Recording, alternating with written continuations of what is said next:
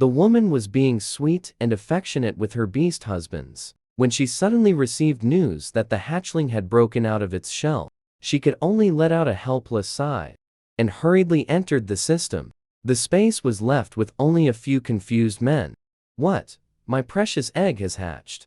Feng Feng reacted, his peach blossom eyes full of delight. He was just about to follow in to see his precious egg, but discovered Su Yie had already vanished without a trace. Instantly so anxious, he stomped his feet.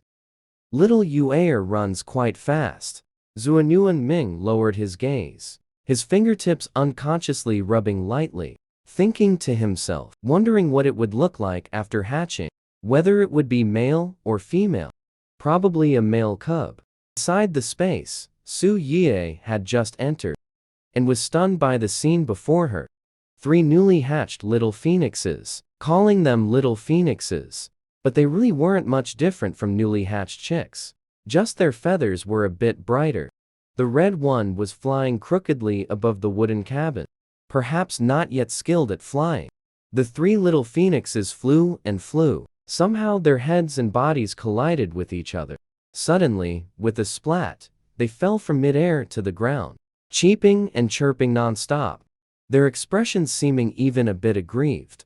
She burst out laughing instantly and hurried forward to check on the 3 little phoenixes. The 3 little ones were knocked dizzy from the fall, flapping their wings dizzily, trying to fly again. "Take your time." She carefully picked them up from the ground. The 3 little ones were very well behaved. They didn't fuss at all. They obediently let her hold them. Every now and then, they nuzzled her palm with their heads. The 3 little phoenixes were similar in size and appearance. She wasn't very good at telling male and female phoenixes apart, so she simply asked the system directly, "System, are any of these little phoenixes female?" The system instantly replied, "Yes. The one with lighter colored feathers, the one with short tail feathers, is the female. She was also the first to hatch, the big sister. The other 2 with bright feathers are both males." Su Yie picked up the female phoenix and examined it. If that show-off knew he got a daughter, he'd probably wake up laughing from his dreams. As she was thinking this, a splashing sound of water suddenly came from beside her ear. Su Yie's eyes instantly looked toward a large wooden tub inside the room. She saw a small golden snake again. No, a baby dragon poke its head out from inside. Its body was slender, like a chopstick, covered in fine scales. At first glance, it looked just like a small snake as it swam to the edge of the tub, seeming to want to climb out. Just as it was about to fall out, she quickly put down the 3 little phoenixes, who swiftly dashed over to catch it. They did manage to catch the golden baby dragon, but the next second, a green baby dragon suddenly emerged and plopped onto the ground with a splat. Su Yie flusteredly crouched on the ground, holding a golden baby dragon in the left hand, reaching out with the right hand to scoop up the green baby dragon. The 2 baby dragons wriggle back and forth in her palm, their slender bodies winding around her fingers. The cold, slippery sensation gives her goosebumps all over. Fortunately, she's used to it. Why are these 2 little ones like loaches? She complains inwardly. But in her hands, she holds them carefully, afraid they might fall again. The system lazily replies, "Newly hatched baby dragons are all like this. Once their scales harden, we'll be fine." Are either of these dragon cubs female? No, they're both male. Just look at that lunatic Zuanyuan Ming, full of masculine energy, clearly destined to have sons. How could he possibly produce a daughter? Even if he had 10 or 8 more litters, they'd all be male. The system says gleefully, just thinking about that show-off holding his daughter every day and flaunting her in front of the crazy dragon makes it impossible not to want to watch the drama. Su Yie bursts out laughing upon hearing this, gently tapping the little head of the golden baby dragon with her fingertip. "It seems your father is destined not to have a little cotton-padded jacket." The 2 baby dragons look up at her blankly. The golden baby dragon even sticks out its tongue and licks her finger, making her giggle from the ticklish sensation. Seeing this, the three little phoenixes also flutter their wings and gather around, chirping as they burrow into her arms. For a moment, she is flustered, almost failing to catch these little ones. Stop messing around. She didn't know whether to laugh or cry, holding these little ones. Those few men were still waiting outside. They didn't linger inside for long either. Soon took the little ones out. Outside the space, the few men were still anxiously waiting here. Feng Su paced back and forth. His fiery red robe fluttered swiftly, so anxious his mouth felt like it was bubbling. He kept muttering about why they hadn't come out yet. Why haven't they come out yet? I'm worried to death. Yi Ling, Mo Lin, King Ju, and Zuan Ming, the four of them, were relatively calm. They were just a bit dizzy from Feng Su's pacing, but they understood Feng Su's feelings. For once, they didn't say anything. The Golden Silkworm King, for some unknown reason, hadn't left either, still remained in place, waiting. Zuanyuan Ming stood leaning against a tree trunk. His dark golden eyes occasionally swept towards the spot where Su Ye had disappeared. He was already feeling irritable. And on top of that, Feng Su kept pacing back and forth in front of him. This made him even more annoyed. Can't you just settle down for a moment? Feng Su stopped walking, snapped his feather fan. Shut. I'm just anxious, okay? Those are my precious eggs. Don't even know what they'll look like when they hatch. As soon as the words fell, suddenly, faint light flashed. Su Ye's figure appeared out of thin air. In her arms, she held three fiery red little phoenixes, and around each of her wrists, a baby dragon was coiled. One gold, one cyan. Just like bracelets. Oh my precious egg. No, precious baby. Feng Su saw three little phoenixes. His peach blossom eyes instantly lit up. Just like light bulbs. So bright, it dazzled everyone present. He instantly rushed over first. He carefully took the three little phoenixes from Su Yue's arms, looked them over carefully, discovered there was even a female one. He laughed like he had epilepsy. Ha ha ha, I have a daughter. This clan leader has a daughter. Ha ha ha. Let's see if that old fox can still show off now. After saying that, he even held up that female phoenix and waved it in front of Zuanyuan Ming's eyes, laughing in a particularly punchable way.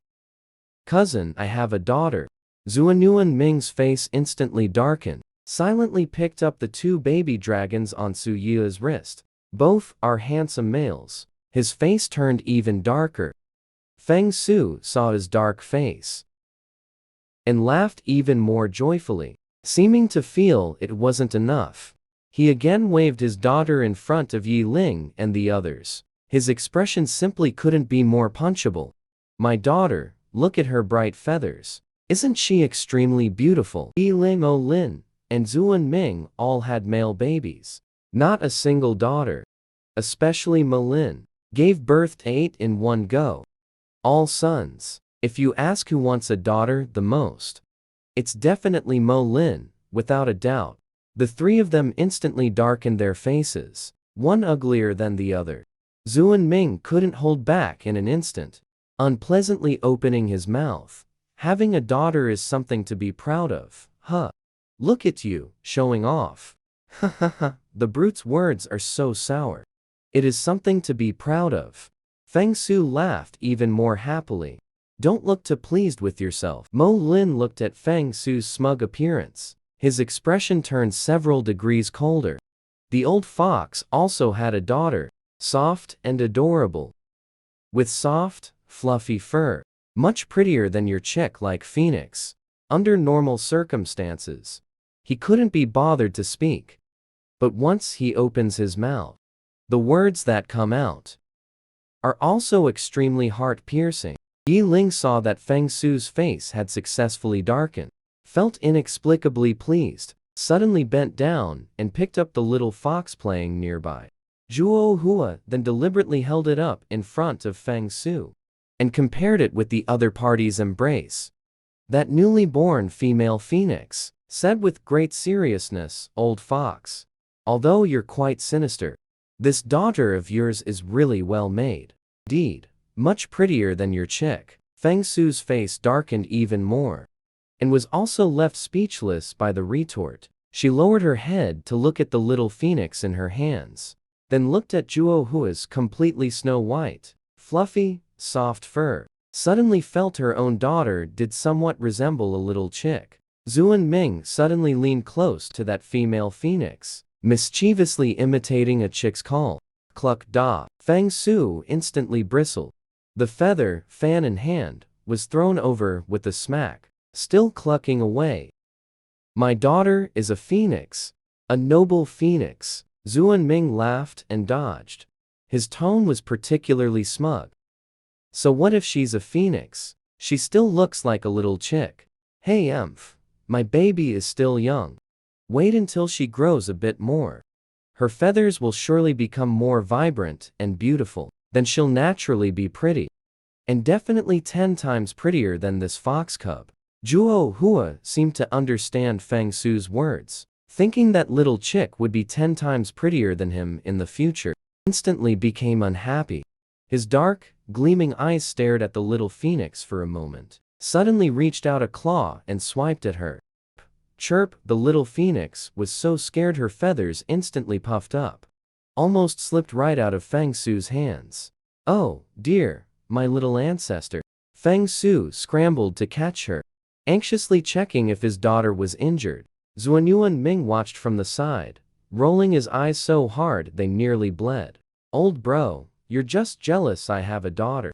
Feng Su rolled his eyes without hesitation, cradling the 3 little phoenixes like treasures in his arms. Zhuanyuan Ming was instantly speechless. Fine, having a daughter is amazing.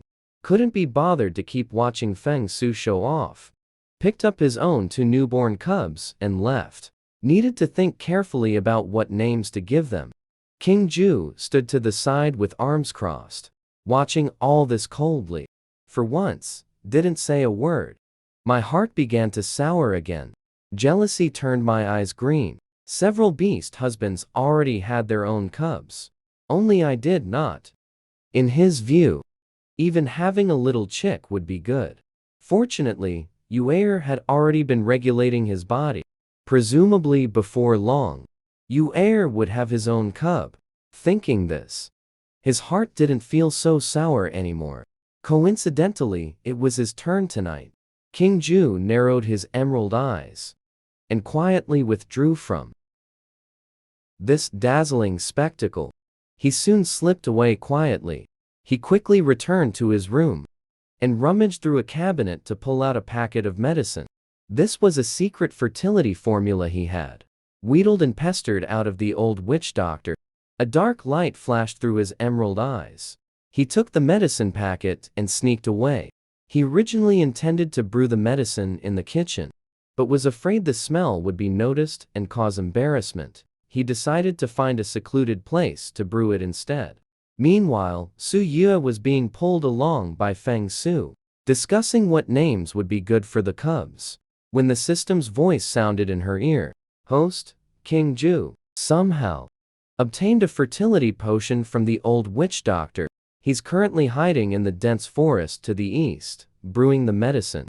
Hearing the voice in her mind, she stumbled on her feet, almost fainting on the spot. King Ju's problem of being easily startled had long been cured by her.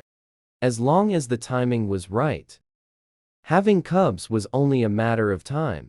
All medicine is somewhat toxic. Drinking medicine recklessly like this can easily cause problems for a perfectly healthy body instead. Feng Su quickly supported her. "What's wrong, Yu'er? Were you dazzled by my precious daughter's beauty? Stop being so vain." Su Yue blushed and glared at him, thinking to herself, "King Ju, this poisonous bamboo shoot, usually appears aloof and abstinent, but behind the scenes, he's actually acting recklessly." She had to hurry over and stop him. "I have something to do. Think of a name yourself. For now, Tell me once you've thought of a suitable one. Then we'll pick a few nice ones together." She hastily tossed out these words, turned and ran towards the dense forest to the east. The moon wolf beast husband, in order to treat infertility, secretly brewed fertility medicine behind his wife's back. Unbeknownst to him, his oligospermia had already been cured by his wife. His sneaky medicine brewing behavior had been discovered by the woman right from the start. To prevent him from harming his health by taking it, Su Ye followed the scent of medicine and hurriedly searched for him. Perhaps because she was walking too hastily, or because she wasn't paying attention to the path, she suddenly tripped over something. Her whole body uncontrollably pitched forward.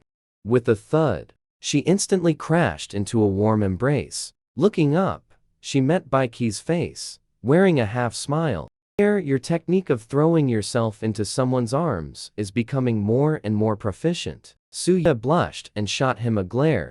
You're getting less and less proper, and better at glib talk. She felt the scent of medicine at her nose growing stronger and stronger. Her expression changed slightly. We'll talk later. I'm going to find King Ju first. That bastard is secretly brewing fertility medicine. She walked around Bai Qi and hurriedly ran in the direction from which the medicinal smell was drifting. Bai Qi stared blankly at Su Ye's departing figure. King Ju is secretly brewing fertility medicine. He was just wondering why there was a medicinal smell drifting through this forest. So it's little bamboo brewing fertility medicine. Thinking about how the others all have children. Only King Ju does not. He understood instantly. Then he also quickly followed. Arriving at a certain place, King Ju was squatting by a small stream, carefully brewing the medicine. His expression was indescribably serious. His method of brewing medicine was extremely skilled. One look, and you could tell he'd done this kind of thing many times. Seeing the medicinal decoction was almost ready. He was just about to pour it out and drink it. Suddenly, footsteps came from behind. He hurriedly hid the medicine pot behind his back and looked warily at the approaching person. Seeing it was Su Ye, he froze instantly. A trace of embarrassment appeared on his handsome face. Why are you here? Su Ye naturally noticed his action of secretly hiding the medicine. She rolled her eyes. If I hadn't come, you'd probably be drinking that medicine recklessly. King Ju, your body has been fine for a long time now. A child will come eventually. Why must you drink all this messy medicine? King Ju pursed his lips and spoke with some stubbornness. But I want to have our child sooner. What's the hurry? These things should be left to nature. She was simply speechless. Walked over, wanting to take the medicine jar behind him. Give me the medicine quickly. This medicine can't be taken recklessly. King Ju suddenly stood up, turned around and ran. King Ju, you stop right there. She was instantly so angry she laughed. Hurriedly chased after him. This medicine really can't be taken recklessly. All medicine is somewhat toxic. You can get sick from drinking it even if you're not ill. Hearing the commotion behind him, King Ju ran even faster. The medicine he had painstakingly brewed. He was determined to drink it today, no matter what. It's just that the medicine jar was a bit hot. But no matter how hot, he couldn't possibly let go. Grimacing, he hugged it. Flew through the forest. Swiftly weaving, one in front, one behind. Su Ye was simply furious to death. Never, thought King Ju, who seemed aloof and cold, could actually have such a childish moment. What difference is there from a rebellious teenager? King Ju was tricked into running extremely fast. Couldn't catch up no matter how she chased. She chased until she was panting heavily. Out of breath, suddenly thought of something. Directly used voice transmission to shout, "Stop." The voice instantly exploded in the other's mind. The sudden voice transmission startled King Ju, making him tremble. Not paying attention for a moment, he happened to bump into a tree trunk. The medicine jar in his hand flew out. King Ju's face suddenly changed. My medicine is done for. Ignoring the pain from bumping his forehead, He was just about to dart over and catch the medicine jar. Bai Qi's figure appeared out of nowhere, steadily catching the medicine jar. The moment he caught the jar, he instantly regretted it. The medicine jar had just finished brewing. It was scalding hot, instantly making him grimace in pain. But this scar was also impossible. Instead, he smiled and looked at King Ju. This medicine smells. How is it like the old witch doctor's 100 sons and 1,000 grandsons? Soup?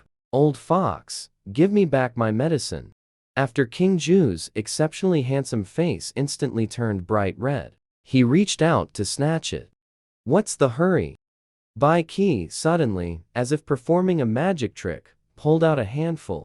Something needs to be added to this to make it taste better, and also be more helpful for pregnancy.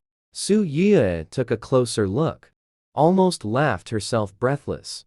That was clearly Coptis bitter herb. Old fox, do you have to be so mean? King Ju's face instantly turned as black as a pot bottom. Gnashing his teeth, he said, Old fox, you're looking for death. Bai Qi laughed, his foxtails flying wildly, making as if to lift the lid and throw the Coptis into the medicine jar. Don't be shy. This is specially brought back from the Beast King City. Top-grade Coptis, specifically treats infertility. Treat your head. King Ju, face dark, rushed forward to grab it. The two went back and forth. 10 foxtails and emerald green beast robes fluttered. The medicine jar drew perilous arcs in the air. Seeing this scene, she was completely stunned. How did things turn out like this when everything was fine? With a clang, a single medicine jar accidentally fell from the air. It shattered into pieces instantly. Medicine juice splattered everywhere. My medicine! King Ju's eyes instantly turned red. His heart ached unbearably. Bai Qi hadn't expected it to be like this. Feeling somewhat guilty for once, he rubbed his nose. It's broken. Anyway, that medicine couldn't be drunk. King Ju stared at the shattered medicine residue on the ground. His eyes almost shot out daggers. Old fox, I'm not finished with you. The sharp blade at his fingertip spun. Whoosh! It flew toward Bai Qi. Bai Qi's strength was only at the 9th tier. But King Ju was an 11th tier beastman. If they were to get serious, Bai Qi was no match at all. He hurriedly and swiftly hid behind Su Yue. His expression was guilty. You said it couldn't be drunk. You insisted on drinking it. Isn't this forcing me to be the bad guy? Then he looked at Su Yue, cleared his throat, and said, Well, Yue, I'm heading back first. Before the words even finished, he had already flashed and disappeared from the spot. King Ju stared in the direction Bai Qi had vanished. The sharp blade at his fingertip spun even more fiercely. He looked ready to chase after and slice someone up at any moment. Su Yue didn't know whether to laugh or cry. She quickly pressed down his hand. All right. He's already run off. Are you really going to chase after him? And shave his head bald? King Ju pursed his lips. He deserves it, he has no choice. Shaking his head, he pulled him back. It's just as well the medicine is gone. Your body is perfectly healthy. You don't need to drink all that messy stuff at all. It would only ruin the health you've just managed to restore. King Ju lowered his gaze. His voice dropped a few degrees. Just what? Su Yue raised an eyebrow at him. King Ju fell silent for a moment. Suddenly, he lifted his eyes. His sharp gaze fixed directly on her. His voice slightly hoarse. It's just seeing them all having little ones one by one. And only I don't. Isn't it natural to feel anxious? Even if you're anxious, you can't just drink medicine recklessly. She shook her head with a wry smile. Although the potions the witch doctor prescribes for you shouldn't be a problem. But all medicine has some toxicity. It's better not to drink it if you can avoid it. King Ju also knew he had been too impatient. A sudden wave of regret washed over him. He was just about to say something, when suddenly, he was overwhelmed by a voice transmission. Chattering sound drowning him out. Yi Ling. hiding in some corner, unknown. The voice transmission carried a teasing tone. I heard someone's gone crazy wanting to be a dad. Followed by Zhu and Ming's voice transmission. Gloating. Hahaha. Even Bamboo Shoot has his day. Feng Su's flamboyant voice also leisurely rang out in King Zhu's mind. T-esque. Poor little Bamboo. Does this clan leader need to impart the classic of childbearing? Zuanyuan Ming's voice transmission was simple and direct. Just a single "he." Although it was just a cold sneer, it was more hurtful than any words. Mo Lin's voice transmission was even more damaging. Don't mind if the kid recognizes you as Godfather. King Zhu's face turned dark from the successive voice transmissions. Veins bulged on his forehead. He finally understood. The earlier commotion had attracted everyone. They wanted to see him make a fool of himself. No way. King Zhu's face alternated between green and white, suddenly turned around and picked Su Ye up horizontally, directly sent a group voice transmission.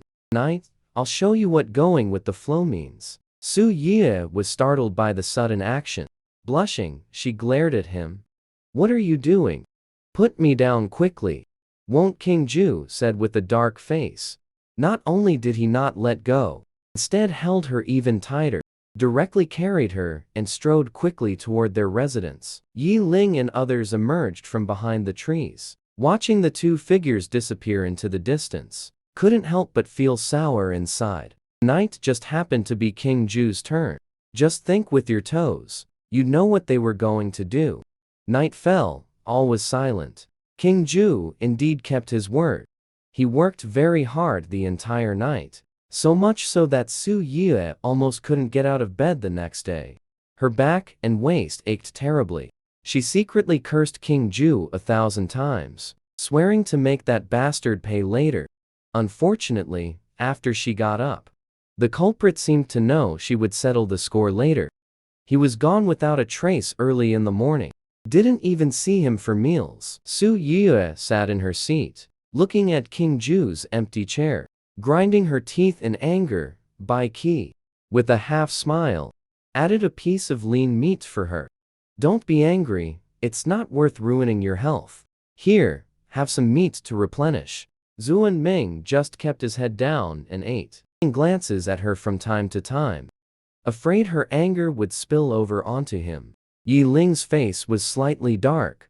His room was right across from Yu Er's. Even without deliberately eavesdropping on the commotion, the sounds clearly reached his ears, keeping him tossing and turning all night, unable to sleep. Strictly speaking, since Yu Er finished her postpartum confinement, he hadn't had a full night's sleep. Every night, he was forced to listen to those messy noises, yet couldn't do anything about it. The torment was beyond words. After dinner, Su Ye returned to her room. The anger in her heart still hadn't subsided. That bastard King Zhu actually didn't come back all day. She simply decided to stop being angry, took out brush and ink, and began copying the basic essentials. This thing was something she exchanged for in the system mall, in order to help her beast husbands step onto the path of immortal cultivation more quickly. Only, the words on it were all in traditional characters, needing to be translated into the script of the Beast World continent. Suddenly, the door was knocked. The visitor was none other than Zuan Ming. Night is his turn to attend the bedchamber. As soon as he entered the door, he saw Su Ye writing something seriously, and immediately asked curiously, "Little Moon, what are you writing?" Without looking up, Su Ye said, "A cultivation method for you all to practice." Zuan Ming immediately leaned in closer. Is it like the sound transmission technique? More powerful than the sound transmission technique. She flexed her wrist. If you master this, you can soar through the skies and burrow into the earth, move mountains and fill seas. Zuan Ming widened his eyes, staring at her blankly. Little Moon, what are you talking about? We beast kin can at most transform into beast form and run a bit faster if we want to fly, unless we grow wings. Su Ye couldn't help but laugh, turning to look at Zuan Ming. Silly, not talking about beastkin abilities. This is another way of cultivation. Cultivating immortality. Zuan Ming was even more stunned, scratching his head in confusion. Cultivating immortality? What's that? Cultivating immortality means practicing immortal arts, seeking eternal life. Although beastkin have longer lifespans than ordinary people, they still have an end. If an immortal cultivator practices properly, they can transcend life and death, and even ascend to the immortal realm. Seeing that Zuan Ming still looked like he didn't understand, she simply spread the animal skin scroll in front of him. This cultivation method can transform your strength into a higher level of cultivation. You are now an 11th tier ORC, equivalent to the 11th layer of ki refining. You must cultivate according to the technique. You will soon be able to build your foundation. Zuan Ming thought that it was finally his turn tonight. If he had to learn this, then wouldn't he be unable to happily snuggle with Little Moon? He instantly felt conflicted, a bit embarrassed. But shouldn't Little Moon be? Tonight? As she spoke, the tips of her ears quietly turned red. She certainly knew what Zuan Ming wanted to say. Last night, King Ju fed her too well. Today, she really didn't feel like coming at all. She just wanted to rest properly. But if that were the case, wouldn't baby Zuan Ming be sad? Suddenly, an idea flashed in her head. She had it. To avoid the matters of her beast husbands, she actually directly handcrafted a cultivation technique, making her 7 beast husbands cultivate day and night. This way, she could beautifully sleep in. The first to suffer was beast husband in Lang. He had just eagerly run to Su Yue's room, when Su Ye stuffed a large pile of beastskin scrolls into his hands. Oh, that's Zuan Ming. You learned this technique first. We can talk about other things when there's time. Zuan Ming held the beast skin scrolls, looking at the unfamiliar text and patterns on them, his face full of conflict. It was finally his turn tonight. If he had to learn this, then wouldn't he be unable to happily snuggle with Little Moon? But he couldn't disobey Little Moon's words either. But he still wanted to give it a try. He spoke up, feeling a bit embarrassed. Little Moon, shouldn't we tonight? As he spoke, the tips of his ears quietly turned red. Su Ye certainly knew what Zuan Ming wanted to say.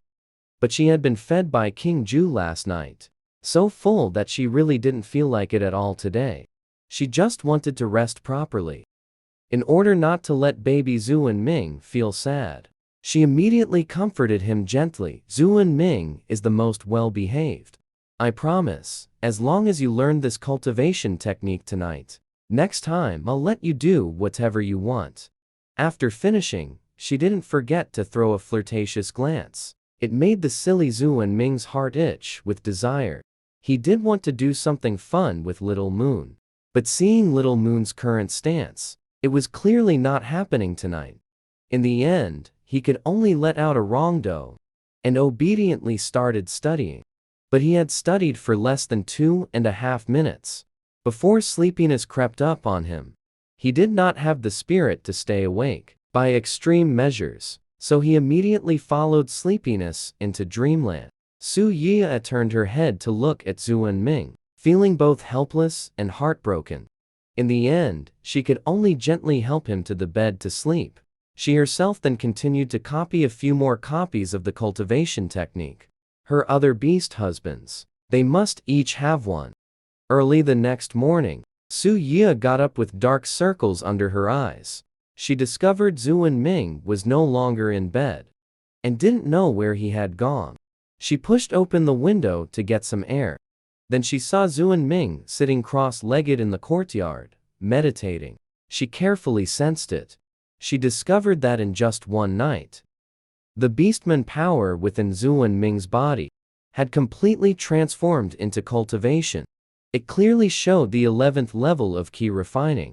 She was shocked in her heart. This cultivation speed is too heaven-defying, isn't it? Didn't the silly guy say last night that he couldn't understand it?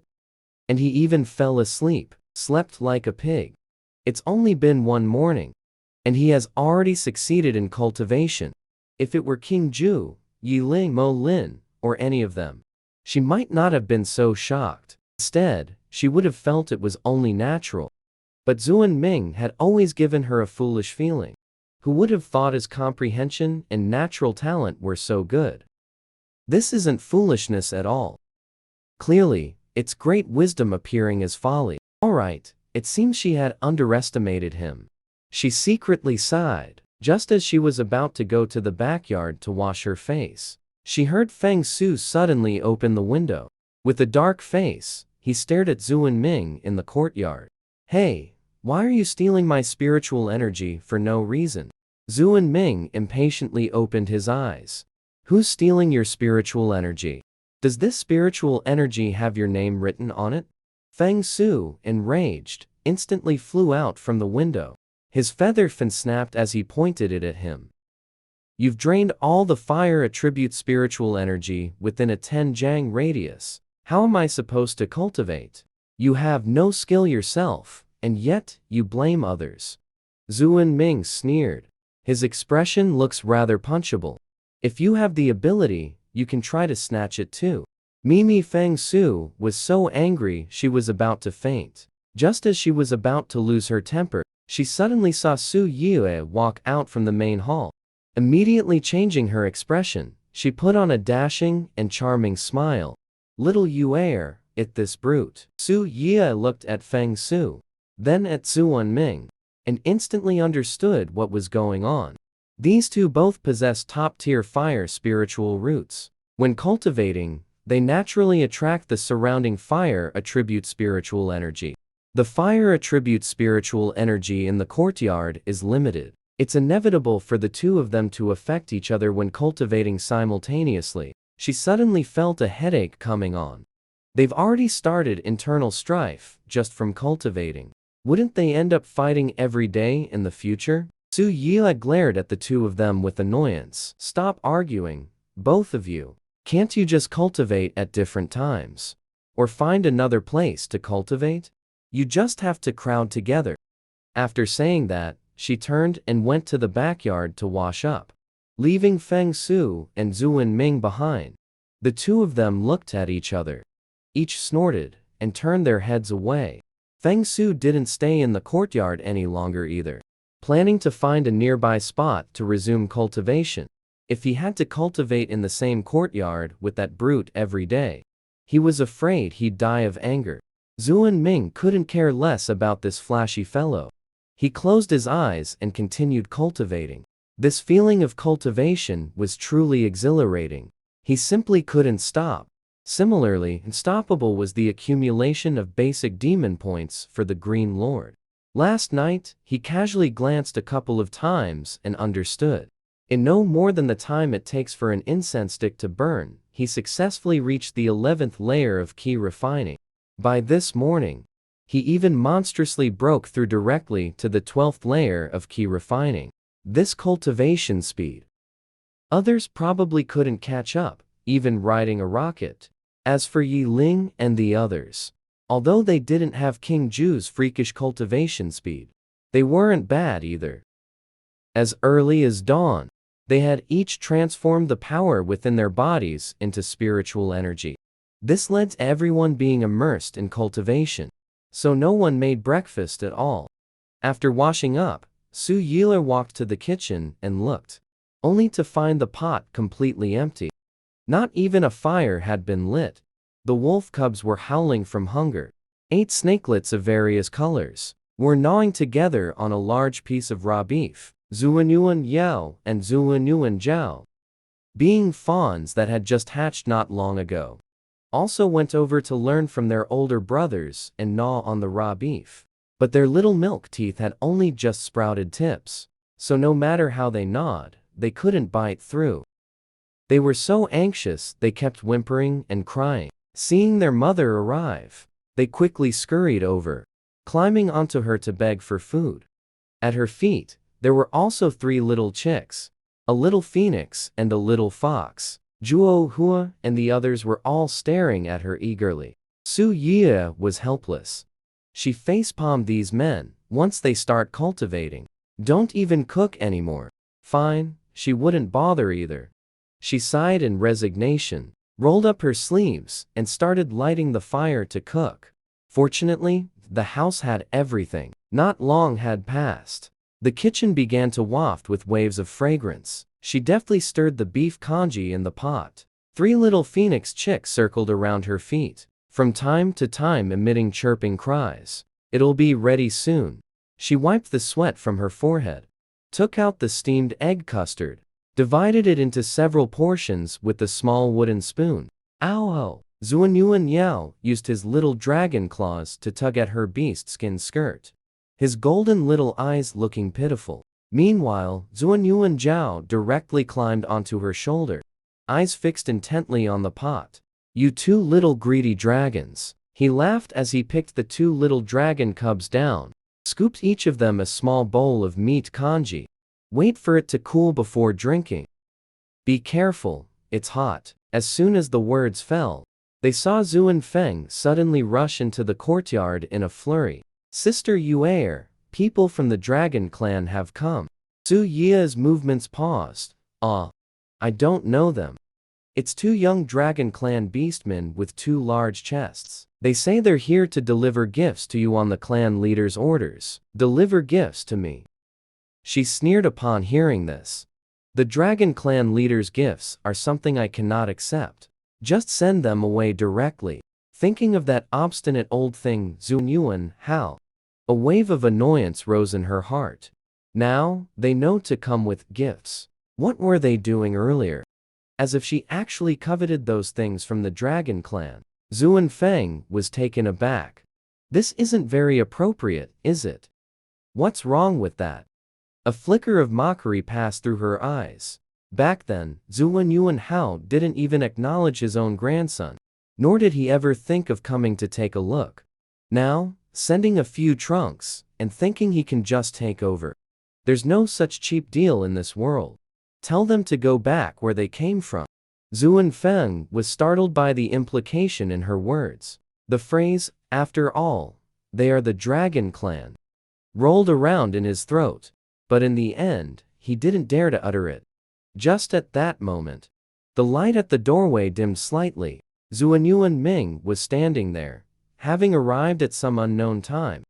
He had clearly heard what Su Yi just said.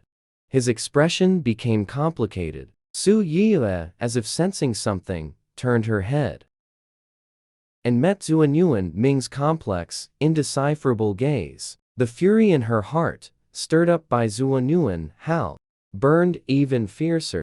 What, young master, do you think I'm too ungrateful and have offended the goodwill of the dragon clan? Xuanyuan Ming didn't answer immediately. Instead, he turned his gaze to Zuan Feng.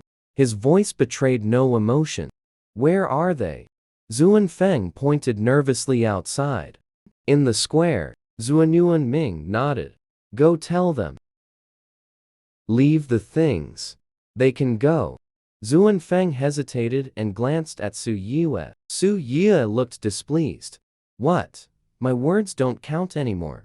And no, it's not that. Zuan Feng quickly waved his hands. I'll go right now. After saying that, he dashed off in a flash. The kitchen fell quiet once again. Xuanyuan Ming walked over to Su Yue's side, squatted down and patted the heads of the 2 little dragon cubs. His voice carried a hint of helplessness. Yu'er's father. Don't mention him to me, she coldly interrupted him. I risked half my life to give birth to 2 cubs for the dragon clan. Has he, as their grandfather, shown even the slightest gesture? He hasn't even come to see them once till now. Who knows what he thinks of me behind my back? Probably sees me as some evil spirit, a wandering ghost. Now, he thinks sending some gifts can just smooth things over. Am I that cheap of a person? Xuanyuan Ming looked at her angry little face. His heart ached with a pang of pain. He knew everything Yu'er said was true, even in situations Yu'er wasn't aware of. His father had said things that were even more harsh, and had always looked down on Yu'er from the very core, refusing to acknowledge her. But he also understood his father's pride and stubbornness all too well. For him to send gifts via a beastman was already the greatest concession from his father. At least he wasn't rejecting Yuer as strongly. He secretly sighed, reached out and pulled her into his embrace. Yuer, I know you feel wronged in your heart. I also know father was in the wrong. And I have never agreed with his actions. But father, his character is rigid and stubborn. Also very old-fashioned. Once he decides on something, it's almost impossible to change. Speaking to this point, he lowered his gaze to look at the female in his arms. He cautiously said to Yuer, after all, your identity is special. And you come from another world. It's only normal that father can't accept it right away. He definitely likes the two little ones. The reason he hasn't come all this time is just that he can't bring himself to swallow his pride. His expression was very tense. He almost mustered up his courage to say these words, afraid that Yuer would be angry after hearing them. Su Yi's body stiffened slightly. She didn't say a word. Zuanyuan Ming could clearly sense her instantly tense emotions. The large arm holding her tightened at once. His voice grew even softer and gentler. I'm not saying father is right, but just putting myself in his shoes. If I were father, suddenly told that the partner my son has chosen holds another unfamiliar soul inside her body, I'd also find it hard to accept right away. And might even feel fear and rejection. Su Yi's tense body gradually relaxed. She had to admit that Zuanyuan Ming made a lot of sense. If she were Zuanyuan Hao, her reaction would probably be even more intense. You're right. She sighed softly, her voice lowering. I was too impulsive. Zuanyuan Ming secretly breathed a sigh of relief and held her a little tighter. Yuer, father took the initiative to send someone to escort you this time, which shows his attitude has already softened. Let's take it slowly, okay? She was silent for a moment, then nodded. At this moment, a series of hurried footsteps came from outside the courtyard. Zuan Feng rushed in anxiously. Sister Su Yue. The two dragon beastmen put down the boxes and left. But what? Su Yue asked in confusion. But they said the clan leader will visit personally in 3 days to see the two dragon cubs. Su Yue's expression was complicated. Zuanyuan Hao is coming to see his grandsons. To be honest, she hadn't figured out how to face this person yet. But refusing at this time would seem rather unreasonable. Zuanyuan Ming saw her inner conflict and softly comforted her. Yuer, don't be afraid. I'll handle everything. His voice seemed to have magic, calming the restlessness in her heart a little. Forget it, let him come then. For the sake of the two children, and for Zuanyuan Ming, she was willing to try to reconcile with the stubborn dragon clan leader, so that Zuanyuan Ming wouldn't be caught in the middle and have a hard time. Yuer, I've wronged you. Zuanyuan Ming looked very guilty. He also knew that Yuer was willing to compromise. For his sake and for the two children, he was incredibly moved. Just as he was about to say something sentimental, or some sickeningly sweet words, she quickly picked up an egg and directly stuffed it into his mouth. Stop it, I'm tired of hearing all that mushy talk. Have breakfast first. Saying this, she turned to put out the fire in the stove. All of you, once you start cultivating, you even forget the time. The breakfast was ruined, no one made it. The little ones were so hungry, they were gnawing on raw meat. Zuanyuan Ming suddenly had his mouth stuffed full of eggs. He could only blink his eyes, watching her busy about. He swallowed the eggs in a couple of bites. He moved closer, wanting to help. Yuer, let me do it. Su Yue glanced at him. One look, less flattery. Go call them to eat. Zuanyuan Ming rubbed his nose. Chuckling softly, he agreed, turned and went to the main hall. She couldn't be bothered to knock on each door one by one. Directly used group telepathy. All of you, get out here and eat. Did you forget the time while cultivating? No one made breakfast. The little ones were left unattended. Trying to work Yuer to death, or what? Her tone carried 3 parts irritation, 3 parts dissatisfaction, and 4 parts heartache. The voice instantly exploded in the minds of Yi Ling and the others. They all stopped their cultivation, their expressions carrying a bit of guilt. Seems they really did cultivate too much. Forgot the time. Yi Ling was the first to push the door open and come out, his silver eyes flickering with a bit of awkwardness. Is it already daylight? It feels like I just entered meditation not long ago. Not long after, Yuan Ming sneered. Your 3 little ones were so hungry, they almost flipped the kitchen over. Yi Ling was left speechless. Suddenly, creaking sound was heard. King Ju stepped over the doorframe and floated out, spiritual energy overflowing from his body. Looking even fresher, there is a feeling of ethereal freedom, as if I wish to ride the wind and return. The voice remains as cool and clear as ever. Mortals are truly troublesome. It seems I must reach the foundation establishment stage earlier. That way, I can abstain from grains, to avoid wasting time on these trivial matters and affecting my cultivation. I don't know what to do. She suddenly isn't so keen on having a child anymore. It's not that she doesn't like the idea. It's mainly because it would take time to care for it. It would really hinder her cultivation. As soon as the words were spoken, a rag suddenly flew over from the direction of the kitchen, accurately hitting his transcendentally handsome face. King Ju's immortal, ethereal image instantly crumbled. He disgustedly pulled the rag off his face. You are you trying to murder your husband? Mo Lin came out of his room, just in time to witness the splendid scene of King Ju getting hit in the face with the rag. Rarely sarcastic, he mocked. Serves you right for putting on airs. Bai Qi also appeared increasingly detached and refined. Though not as immortal looking as King Ju, he was more gentle, warm, and approachable. Little Yuer is really too amusing. Throwing a rag at King Ju's face. Let's see if this bamboo stick still puts on airs. If you have the guts, don't eat from now on. Talk about abstaining from grains, hey emph.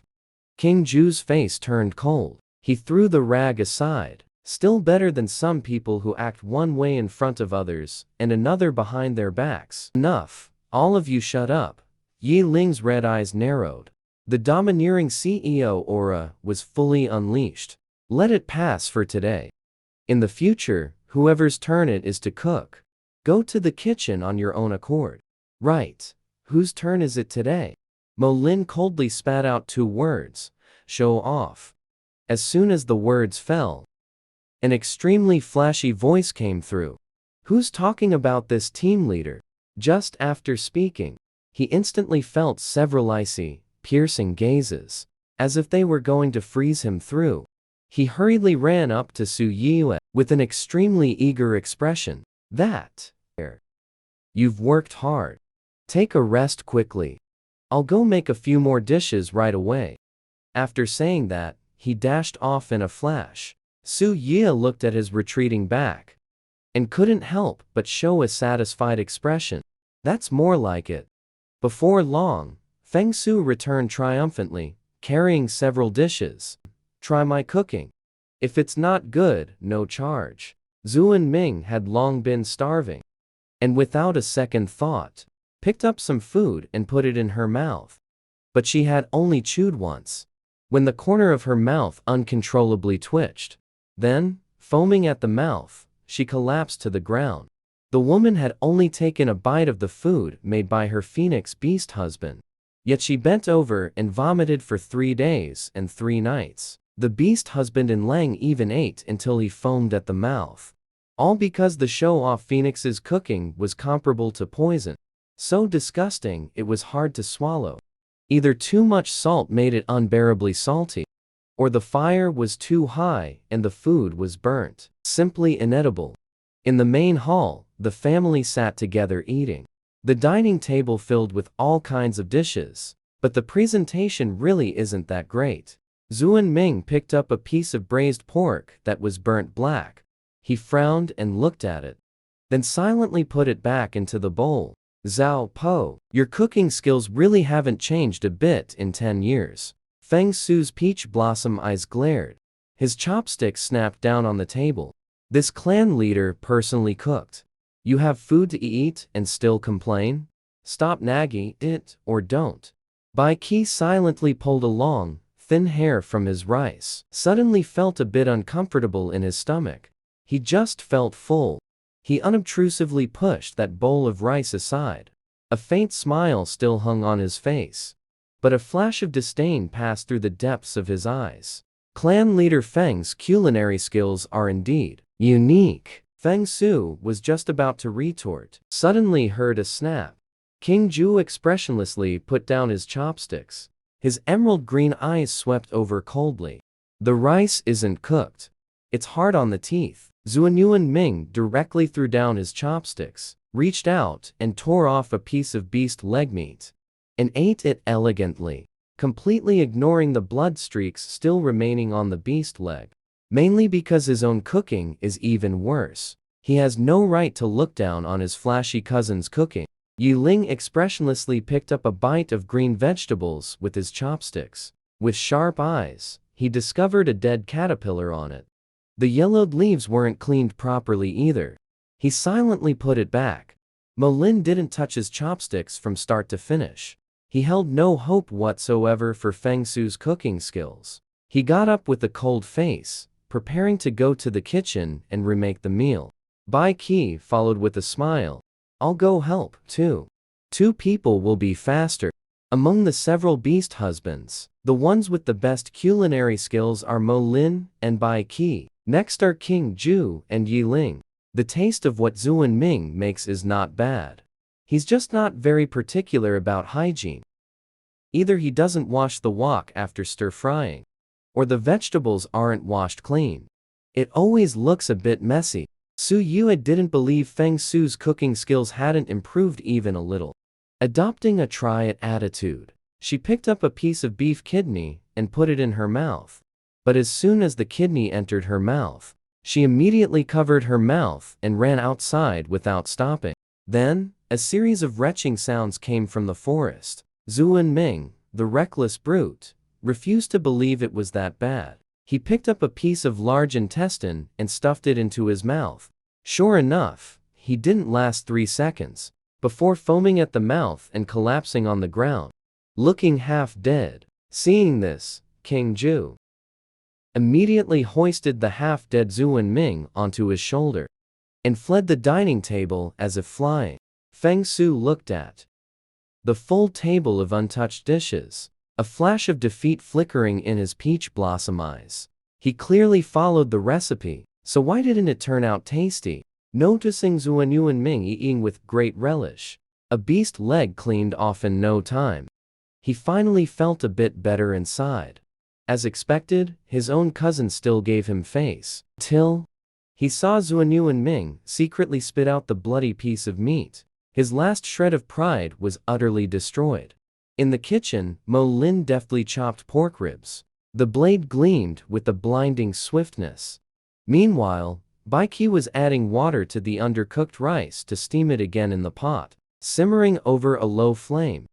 Su Yue was strenuously trying to make himself gag. Suddenly, he heard a continuous ding-ding-ding in his mind. Faith points from Rabbit Tribe's Ahua increased by 50. Faith points from Deer Tribe's King Wu increased by 60. Faith points from Mad Lion Tribe's Wan Xing increased by 45. His hand jerked. He nearly drooled. The system was perfectly fine. Why were faith points growing? I haven't done anything, the system said lazily. The females of the major tribes have learned the braised pork belly you taught. Although they don't have large iron pots, they used stone pots instead. The taste isn't bad. They received praise from their respective beast husbands. Their relationships are getting better and better. Naturally, they feel grateful to you in their hearts. Su Yue felt a wave of awkwardness. These faith points came to you easily. But he was still quite happy inside. So, how many faith points do I have now? It's currently 2,375 faith points. He gave a slight nod. He remembered the last count was 1,523. That's an increase of 852.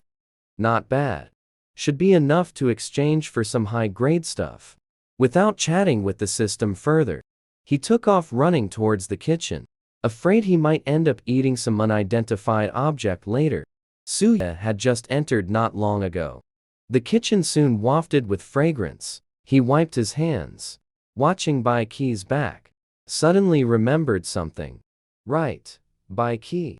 Come with me for a moment. Bai Qi's movements paused. A flicker of confusion passed through his eyes. But he still followed her out of the kitchen. Yi Ling and the others saw this scene and exchanged glances, not knowing what the two were going to the master bedroom for in broad daylight. The master bedroom door soon closed. Su Ye looked at Bai Qi, her expression somewhat serious, getting straight to the point. Do you know your fortune was originally purple gold? What purple gold? Bai Qi's expression was somewhat bewildered, clearly not quite understanding. Fortune has colors? And can be seen? This is unheard of. Seeing his bewildered expression, Su Ye patiently explained. Fortune is the luck on each person. It has different colors, representing different kinds of luck. For example, black represents extremely bad. Red represents great fortune. Purple represents nobility beyond words. And gold represents fortune, like a rainbow. I once saw your fortune. It was originally an extremely rare purple gold. It should have been a destiny to soar through the 9 heavens. But now it has fallen to red. Do you know why?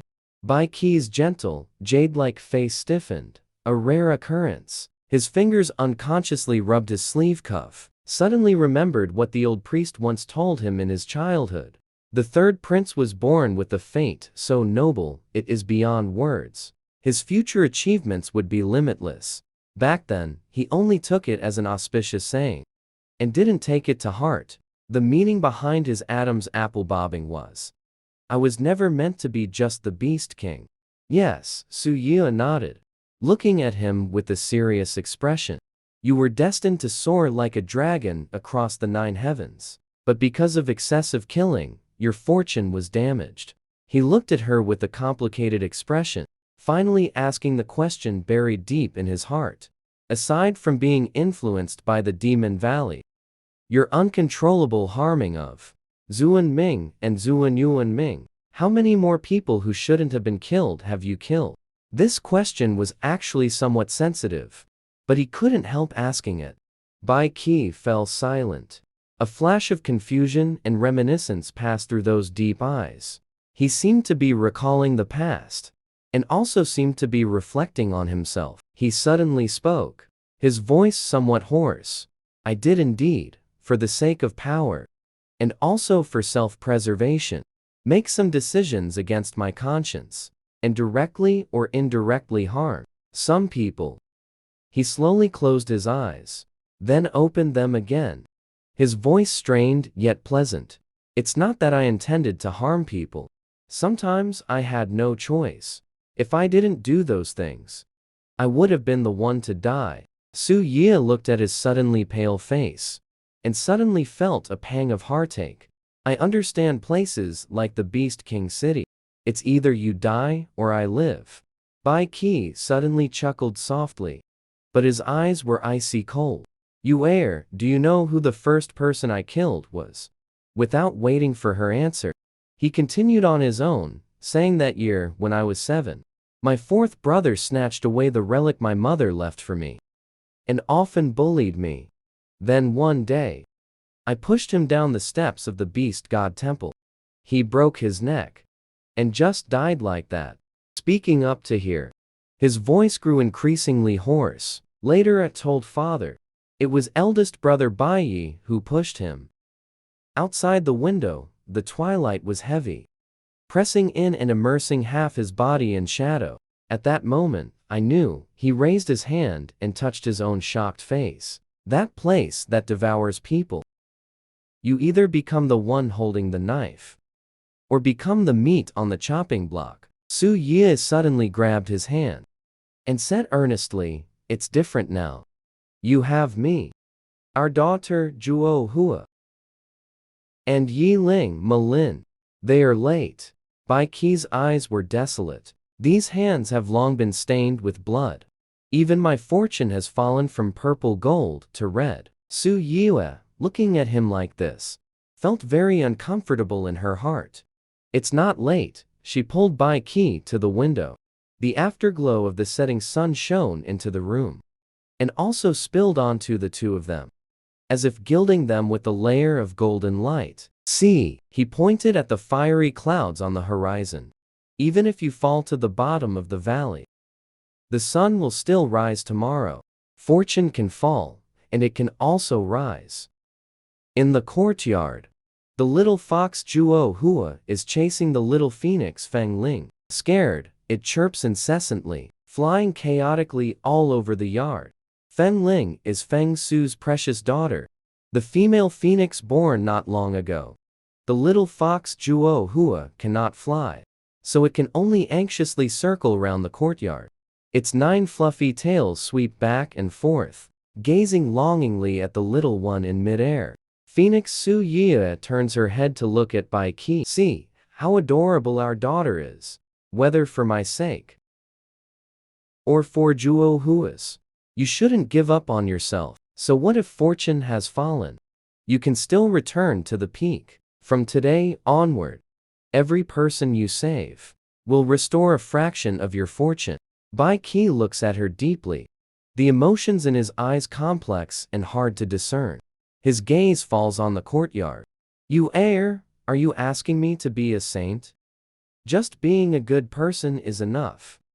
He chuckles softly, his eyes gentle. Good people get good rewards. That saying is never wrong.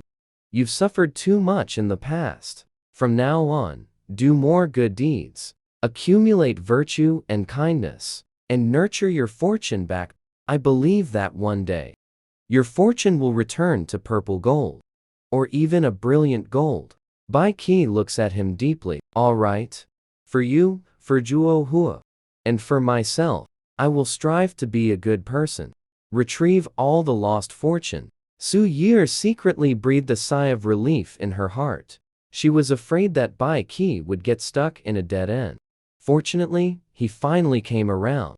She also knew that he was a man of his word. Since he promised, he would definitely do it. After dinner, Feng Su was the first to put down his bowl and chopsticks. Excitedly ran to the river to wash up, because tonight it was his turn to attend the bedchamber. He had to tidy up properly. Inside the house, the firelight flickered. Feng Su's fiery red raincoat was half open. Impatiently climbed onto the wooden bed. Then he scooped Su Yue over in one motion. His voice was so sweet it could kill. Did little Yue miss me? I missed you to death. Quick, quick, let me give you a good kiss. As he spoke, he puckered his lips and leaned in to kiss her. Su Yue quickly used her hand to block his approaching mouth, with an expression that seemed both amused and not. What? No cultivation tonight? Haven't you all become obsessed with cultivation? Being so ascetic and desireless every day? Those who don't know would think I found a bunch of blessed sages. Feng Su narrowed his peach blossom eyes. His fingertip hooked a strand of her hair. T-esque. Yue, what are you saying? How could cultivation compare to little Yue's fragrance? After saying this, without waiting for Su Yue to speak, he flipped over and pinned her beneath him. The fiery red raincoat was tossed aside, revealing a robust physique. The torch in the corner of the wall crackled and burst a spark. Outside the window, Zuan Ming passed by holding a wine jar. Hearing the commotion inside, he pouted. Little Moon is biased. Last night, when it was his turn, he just slept in the master bedroom all night, without doing anything. The more he thought about it, the more he felt shortchanged. Thinking to himself, if only he hadn't listened so obediently to Little Moon last night, maybe he would have gotten a taste of the meat. Just as he was about to step out for some fresh air, he turned and bumped into Mo Lin standing cold-faced under the corridor. He immediately perked up. Yo, eavesdropping, huh? Mo Lin instantly cast a gloomy glance his way. His legs transformed into a serpent's tail, and with one swipe, sent him flying into the woods outside the courtyard wall. Outside the courtyard, Zhuan Ming was thrown into a daze.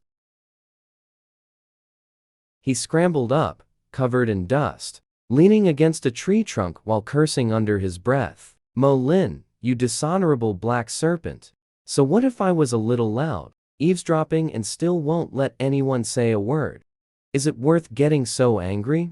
He rubbed his lower back. If he hadn't taken that serpent tail strike head on, the force was no joke. He'd probably be bruised black and blue. Grimacing, he kicked a nearby tree, shaking its leaves and branches into a rustling frenzy, startling a few birds resting for the night. Suddenly, he sensed something. Narrowing his eyes, he stared into the depths of the tree shadows. His nose twitched slightly as he sniffed. There was an unfamiliar scent. Zhuan Ming's gaze abruptly turned cold. His lazy demeanor vanished entirely. Come out, he said, squinting as he scanned the surroundings. Or do I have to personally invite you, woman? Just because she was born too perfect. She is actually coveted night after night by 200 million thieves. Every day they think about what color sack to use to steal her home. But what they don't know is, the woman's beast husbands, with just a single finger, can easily crush them to death. Even more unfortunate is, their meticulously planned first operation ran into the most hot-tempered beast husband in line. In the forest, Zhuan Ming supported his aching waist, cursing Mo Lin 1,000 times. You damn long black worm, you have no martial virtue, peeking at parenting cuddles and not letting people talk about it. Ouch, my waist. Why so rough? This is going to leave bruises all over. Suddenly, a faint rustling sound came from the woods. Zhuan Ming's eyes instantly turned cold. His lazy demeanor vanished completely. He narrowed his eyes and looked around. Come out, or do I have to invite you personally? A dark figure slowly emerged from behind a tree. Under the moonlight, a pale face was revealed, but a strange smile hung at the corner of his lips. Lord Zhuan Ming, your temper is really fierce. How about I help you cool that fire? A person from the Winged Tiger tribe. Zhuan Ming instantly recognized the visitor's identity. Red Lotus karmic flame suddenly surged from his palm. Just when I had anger with nowhere to vent. This is perfect. Here comes someone seeking death. However, Zhuan Ming still made a polite gesture. Sir, sneaking into my wolf tribe in the dead of night. May I ask what business you have? This beastman is called Wu Huan, the biological beast son of the Winged Tiger tribe's chieftain. News of the mainland's imprisonment had long spread. The female Su Yie from the wolf tribe received guidance from the beast god in her dreams. Not only did she become increasingly beautiful, but she also learned to heal and save people. She even knew how to make delicious food and build houses, as well as pottery and iron smelting. Such a multi-talented female.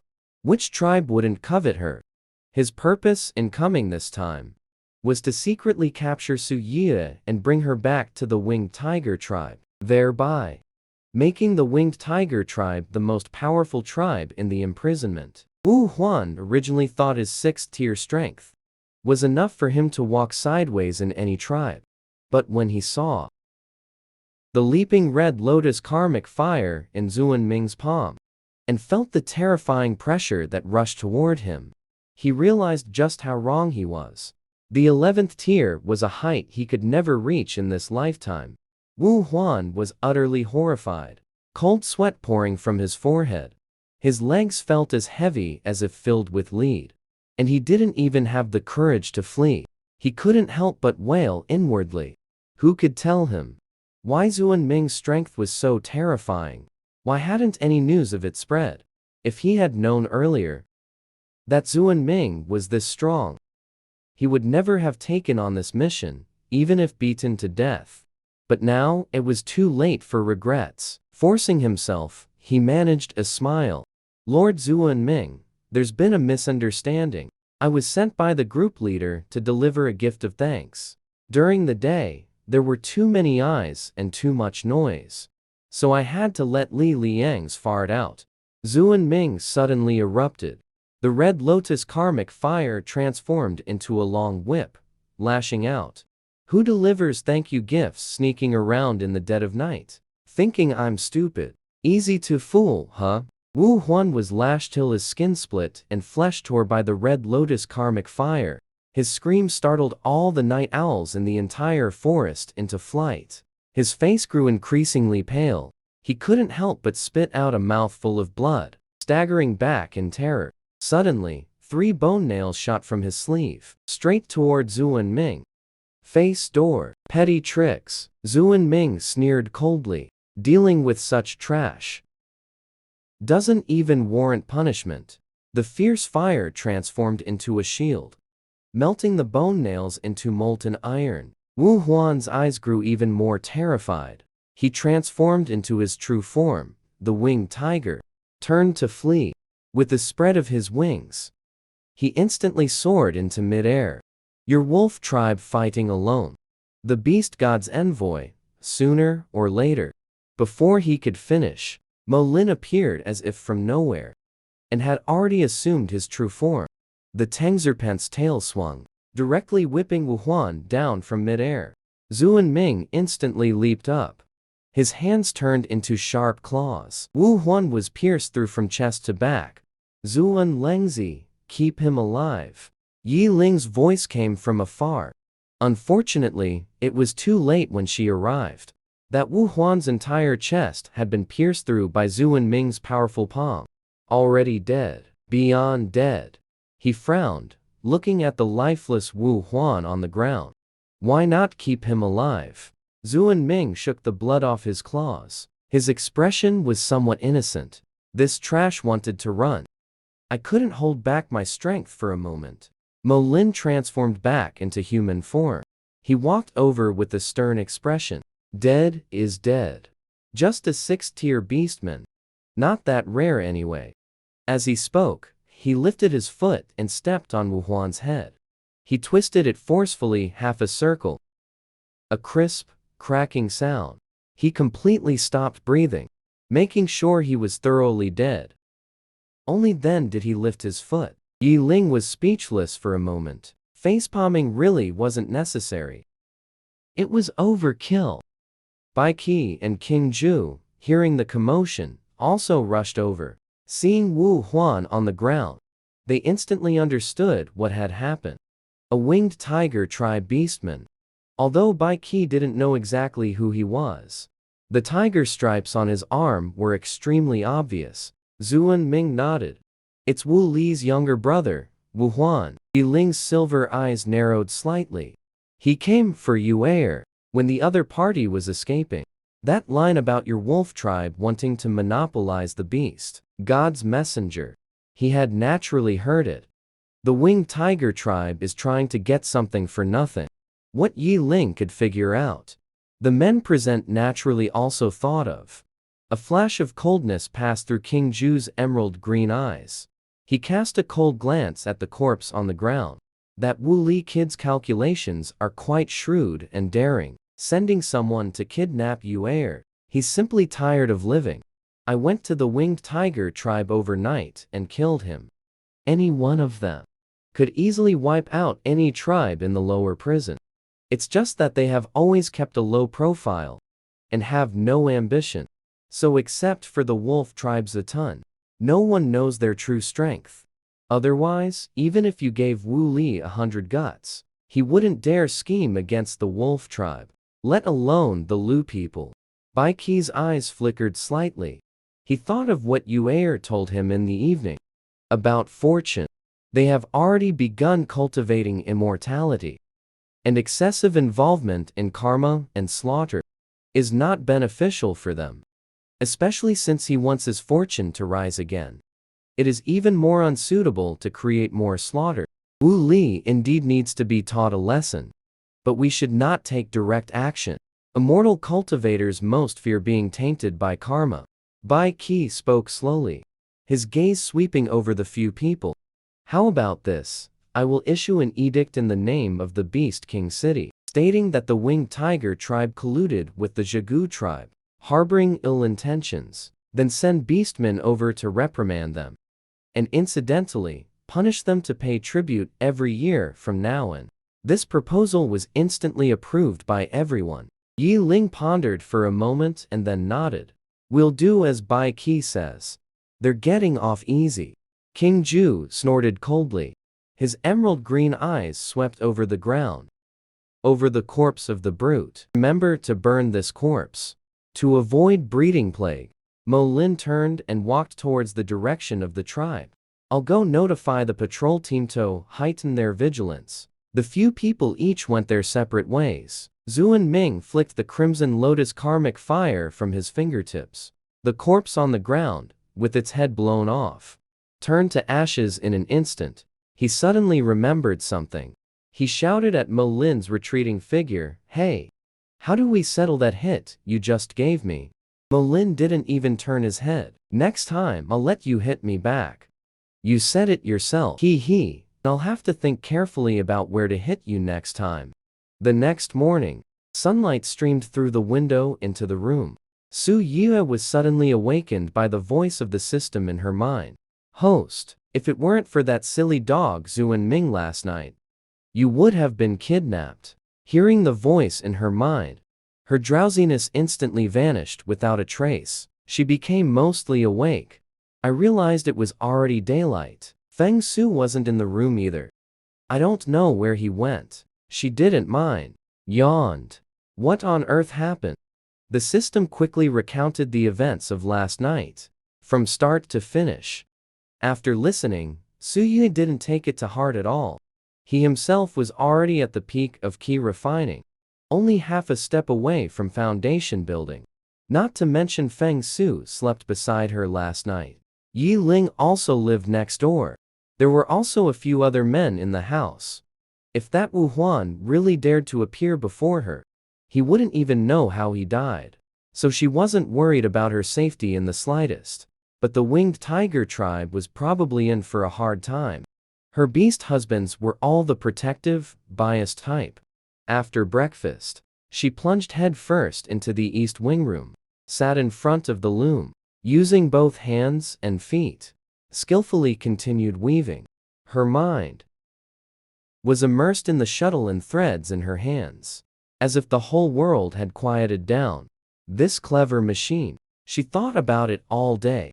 As dusk deepened, Zuan Ming pushed open the door, just stood there in the doorway, backlit by the last sliver of daylight. His silhouette seemed gilded with gold. Su Yue was just lowering her head to sort the silk threads, hearing the movement.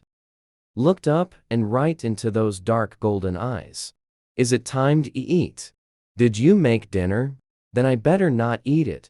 Zuan Ming chuckled softly upon hearing this. He also knew his cooking skills were poor, so poor that even he didn't want to eat it. Naturally, he wasn't angry at these words. "Don't worry, dinner was made by Mo Lin." She stepped inside, glanced at the high pile of silk cloth stacked nearby, bossily and forcefully pulled her up from the loom. "Tried for a whole day. Your hands aren't sore?" Su Yue lowered her gaze to look at her own hands. Only then did she realize her 10 fingers were already rubbed red. Her arms were also too sore to lift. "I'm fine. I'll be okay after some rest." She didn't pay it much mind. Wanted to pull her hand back, but Zuan Ming held it firmly. His deep voice carried a hint of reproach. "Your fingertips are almost worn through. And you still say you're fine." Then, like magic, he produced a jar of ointment, carefully applied it to her fingers. She looked on, not knowing whether to laugh or cry. "Where is the skin broken?" "It's just a little red. I'm not that delicate." She thought this man was making a fuss, but she was genuinely very happy inside. Zuan Ming smiled. "It's only right that my female is a bit more delicate." She glanced at the 5 or 6 more bundles of silk still nearby, and instantly frowned. "If all of this is woven, will you heirs' hands even be usable anymore? This definitely won't do. Don't weave anymore. From now on, leave it to the other females in the tribe to do." What if they don't know how? You should teach first. He forcibly held Su Yue in his arms and sat her on his lap. Anyway, these trivial matters can be left to them to handle. There's no need to do everything yourself and tire yourself out. Spend that time accompanying the little one. Or with us, or cultivating all are fine. She liked to see her carefree, untroubled smile, rather than being bound by these trivial matters. Su Ye suddenly felt that Zhuan Yuanming made a lot of sense. Wait until next spring to officially trade with the insect tribe. By then, silk will become more and more abundant. She couldn't possibly weave it all by herself. Even if she worked herself to death, she couldn't finish it. I understand. Don't worry. She nestled closer into the man's embrace, closed her eyes, feeling somewhat tired. I'll lean against you for a while. Hearing this, Zhuan Yuanming tightened his arms around her so she could lean more comfortably against his chest. He looked down at the person in his arms, his gaze gentle. The two sat for a little while in the East Wing room, resting for a moment, then got up and went out for dinner. Night grew deeper. The silver moon was like a disk, casting soft moonlight, adding a veil of hazy mist to the small courtyard. Night, it was finally Zhuan Yuanming's turn. This was the first intimate contact between the two since the misunderstanding that caused their separation and their subsequent reconciliation. After dinner, the courtyard was quiet, with only the chirping of insects rising and falling. Zhuan Yuanming freshened up. He went to the master bedroom in a cheerful mood. When he entered, he saw Su Yue sitting at the table, carefully copying something. He wrapped his arms around her waist from behind. On the table, a paper book lay open. The writing on it was strange and odd, accompanied by some peculiar hand gesture diagrams. What is this? Why can't I understand the writing on it? Lu Yie explained with a smile. This is a basic compendium of spells I obtained by chance. It records various spell texts. I happen to recognize them. But considering you might not, I specifically translated and transcribed it using the Beast World script. So it'll be easier for you to understand and practice. Seeing he seemed to understand yet not fully. Continuing the science popularization. You few have basically transformed the Beast World's power into cultivation. But you don't understand spells. Not understanding spells is like a tiger without teeth, unable to exert its proper strength. That won't do either. Zhuan Yuanming finally understood. So that's how it is. Then we really need to study these spells well. Yu Er is still the most considerate. As he spoke, he lowered his head and kissed her cheek, his voice full of tenderness. He also didn't ask where this complete book of spells came from. Everyone has their own secrets. No need to ask too clearly. Su Yie's face flushed slightly. She glared at him coquettishly. Stop fooling around. Let me finish copying this first. Zhuan Yuanming chuckled softly, looking at her slightly reddened profile. The corners of his mouth curved into a happy arc. I won't bother you. I'll watch you copy. He truly didn't continue to tease. She sat quietly to the side, watching him copy diligently. She crossed her arms, her dark golden eyes half closed, revealing a hint of laziness. The room was quiet, save for the charcoal pencil, making a rustling sound on the parchment, and the occasional crackle of the torch flaring up. Life is peaceful and good. This is probably what it's like. Time passed bit by bit. Outside the window, the moonlight grew stronger, until Su Yue let out a small yawn. All right, that's enough for today. We'll copy the rest tomorrow. Zhuan Yuanming wordlessly pulled the charcoal from his hand. He scooped her up in his arms, gently laid her on the bed. The torch in the corner was extinguished with a wave of his hand. As for the bright moon outside the window, in the darkness, his kiss descended, carrying a kind of cautious reality, and the lingering tenderness of something lost and regained. As if treating a rare treasure. Yu Er, his voice was hoarse beyond recognition. nuzzling against her neck. My heir has finally returned to my arms. On his chest, a small golden dragon mark reappeared, quietly coiling there. It was precisely the symbol of the partner's mark. In a daze, Su Yie heard the system's inquiry in her mind. Ding, does the host wish to rebind with Zuan Yuan Ming? Yes. She was stunned for a moment. After realizing, she agreed without any hesitation. Ding, congratulations, host. Zuan Yuan Ming successfully rebound. Favorability has reached 100. Until death do us part. Host, this 100% favorability is for you, not for the original owner. She was instantly bewildered, remembering the last time she gave birth. She had secretly used the mirror of true feelings to look. At that time, Zuan Yuan Ming's love value for her was 95. His obsession with the original owner was 100%. Looking at it now, Zuan Yuan Ming's love value for her had increased at some unknown time, and had even grown to 100. She just didn't know, between herself and the original owner, who is more important in his heart. But none of this matters. As long as it is known that Zuan Yuan Ming's feelings for the original owner are an obsession, and not love, that is enough. The commotion in the master bedroom lasted for most of the night, and did not end until dawn. Su Yie had barely slept for a while, when she heard Bao Fu shouting anxiously outside. Something terrible has happened. Sister Yuer, the Dragon Clan leader, has personally come with his men to kill people. The dragon cub that took 10 years to hatch, grandfather, without a word, is about to snatch it away, simply because he believes women are of low status and unworthy of raising it.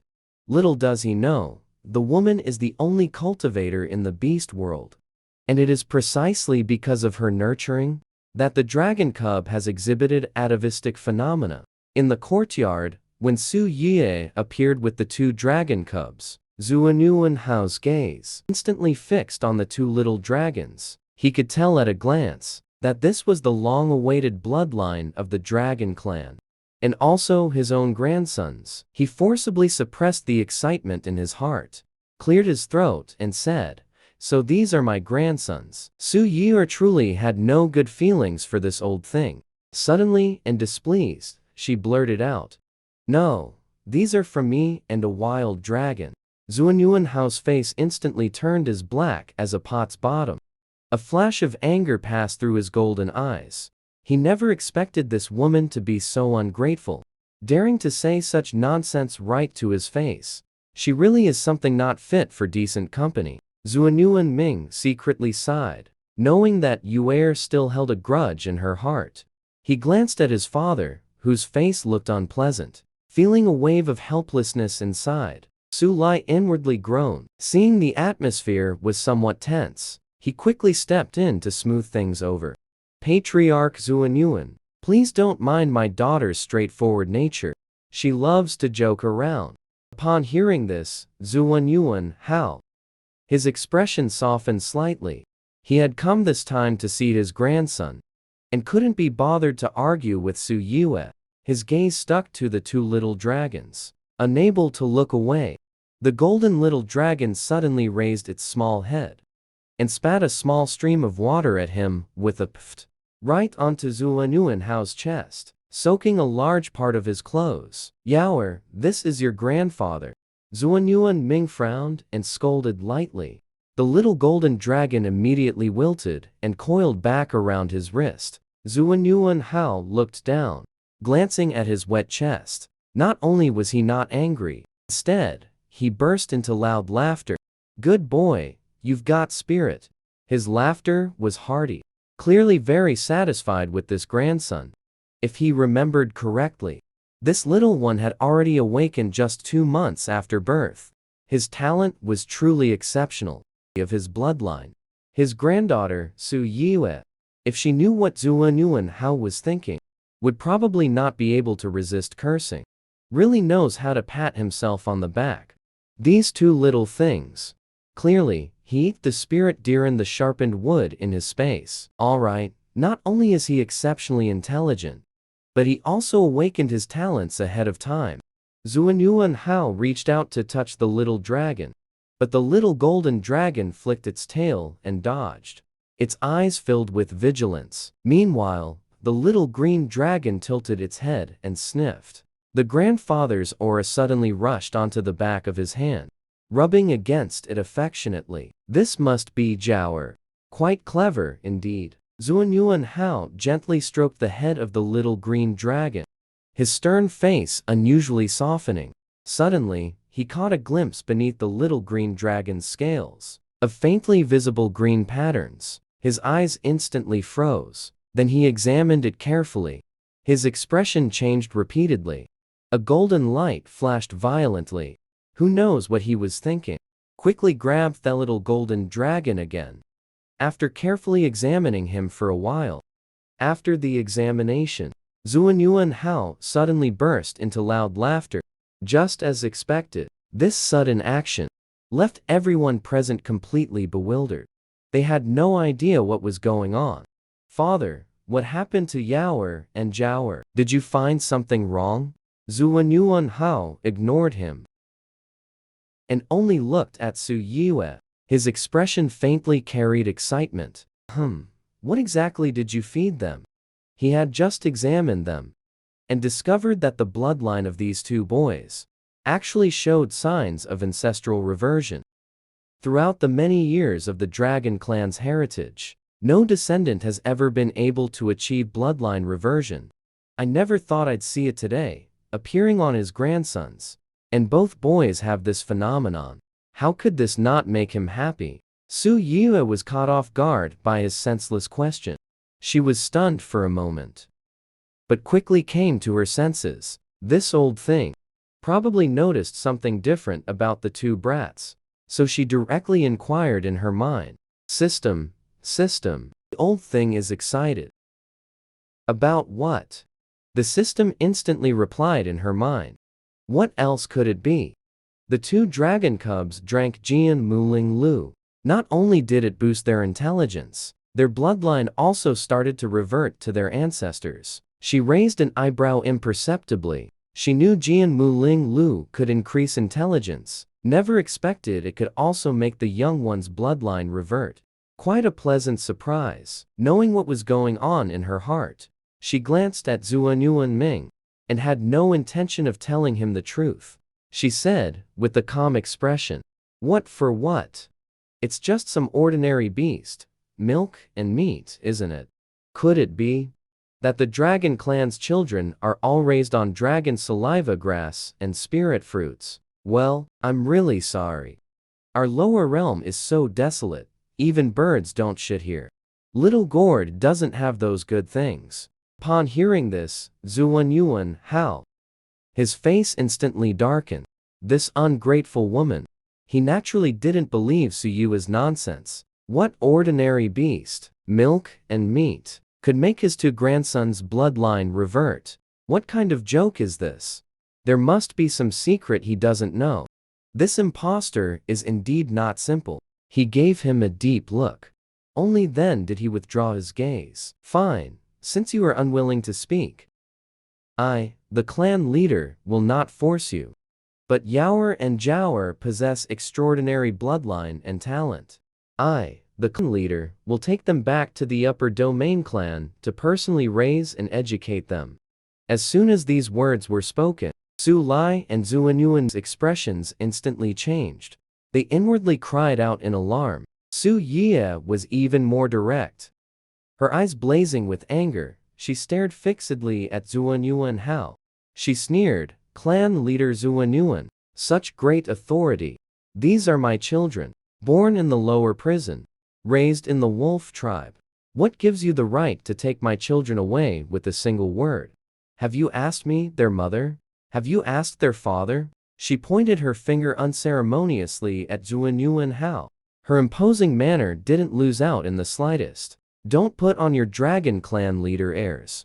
Back when I gave birth to two dragon eggs, who played deaf and dumb, not even bothering to take a look. Now that you've discovered my son's extraordinary talent, you want to come and pluck the fruit. There's no such cheap deal in this world. If you want to take them away, you'll have to step over my corpse. How dare you, you lowly female? How dare you speak to our clan leader like that? From behind, Zhuanyuan Hao, one of the dragon-armored guards, suddenly stepped forward, shouting reprimands. You dog, who are you to lecture me? Her partner, Zhuanyuan Ming, curled his lips into a cruel arc. His voice wasn't loud, but it carried a bone-chilling coldness and thick hostility, causing the temperature in the entire courtyard to plummet. Just when I had nowhere to vent the fire inside me, this dog has the nerve to throw himself at me, simply asking for death. He cleanly and forcefully kicked out, with such strength that it sent the other person flying, heavily crashing against the wall outside the courtyard, then thudding to the ground. Whether alive or dead was unknown. The entire courtyard fell deathly silent. Su Lai was stunned by her son-in-law's sudden move, secretly clapping and cheering inside. It couldn't be more satisfying. What a good kick. What a brilliant kick. Dogs that rely on their master's power. Kicking you is going easy on you. Should have just thrown him out of the wolf tribe. Of course, these thoughts were only kept to myself. I wouldn't actually say them out loud. As the saying goes, when beating a dog, you still have to consider its master. Another Zhuangjia guard instinctively took half a step back, secretly relieved that he hadn't spoken up. Otherwise, he would have been the one kicked. Minger, Zhuanyuan Hao, was so angry, he almost fainted. His expression was extremely ugly, but he wasn't the least bit surprised by his son's actions. Back then, this wretched thing could, even turned the entire dragon clan upside down, and even killed the dragon clan's great shaman. As for other distressing matters, he couldn't be bothered to mention them. Father, you came today to see Yaoer and Zhaoer.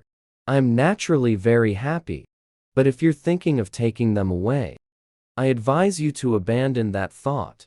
If we wish to return to the dragon clan, we will naturally bring the children with us when the time comes. Zhuanyuan Ming's expression was indifferent, as if he had merely done something trivial.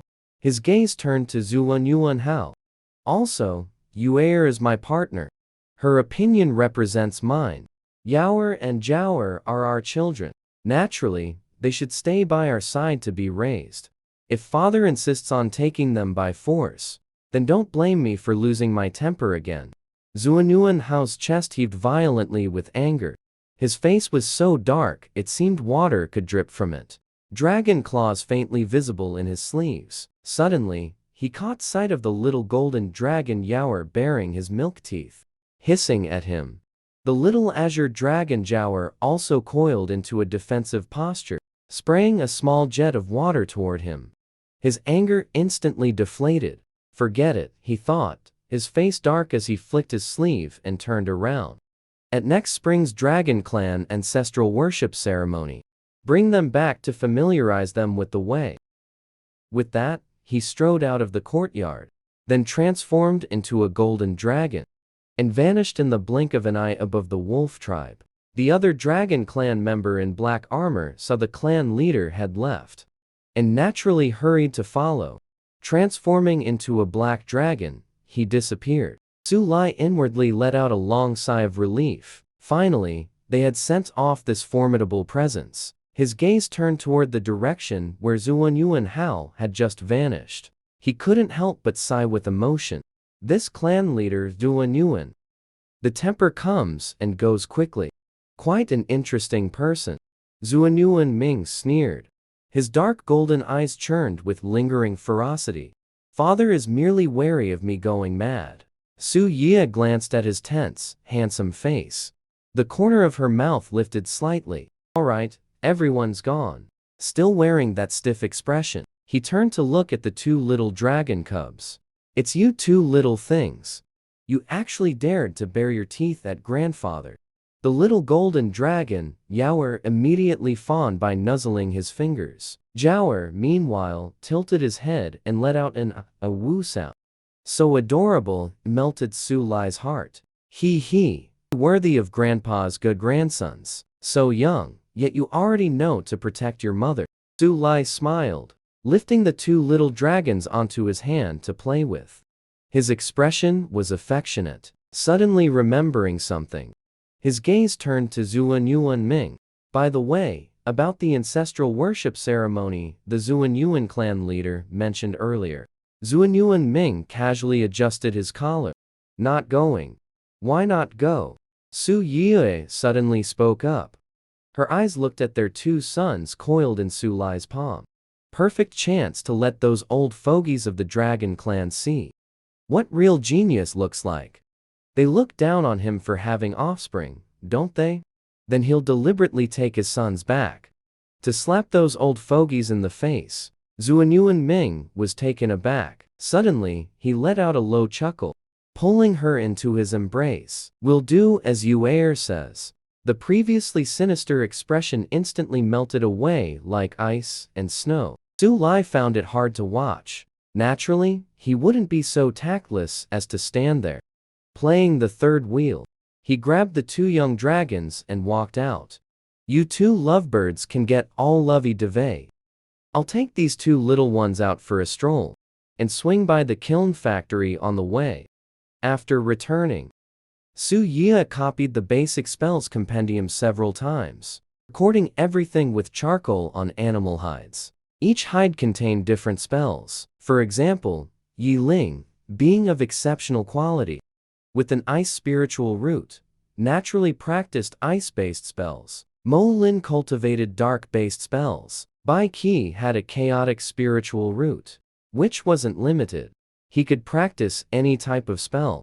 King Ju had the rare Osmanthus spiritual root, so she undoubtedly practiced wood-based spells. Zuan Ming and Feng Su were both fire-based. Su Yue was too lazy to copy two sets, so she just made one copy for the two of them to study and learn together later. Zuan Ming had a water spiritual root, so naturally, he could only practice water-based spells. She handed out the copied spells to the several men for cultivation, letting them learn on their own and come ask her if they didn't understand anything. Fortunately, the men were all exceptionally talented in cultivation and didn't need her to teach them at all. They learned everything by themselves. Only Zuan Ming and Feng Su almost got into a fight over competing for the same animal hide scroll. Both wanted to take it back to their own rooms to look at. Naturally, neither was willing to give way to the other. In the end, Su Yue took the animal skin scroll inscribed with the fire element spells and nailed it to the wall. She let the two of them make a copy each. Standing between them with her hands on her hips, her gaze swept over the unyielding Zuan Ming and Feng Su. If either of them dared to fight over it again, then they might as well forget about cultivating in the future. Hearing this, Zuan Ming and Feng Su instantly deflated.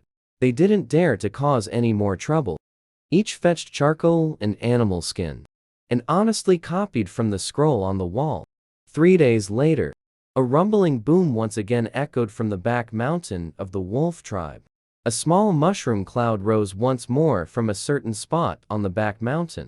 Zuan Ming withdrew his hand, looking at the large crater blasted into the ground ahead.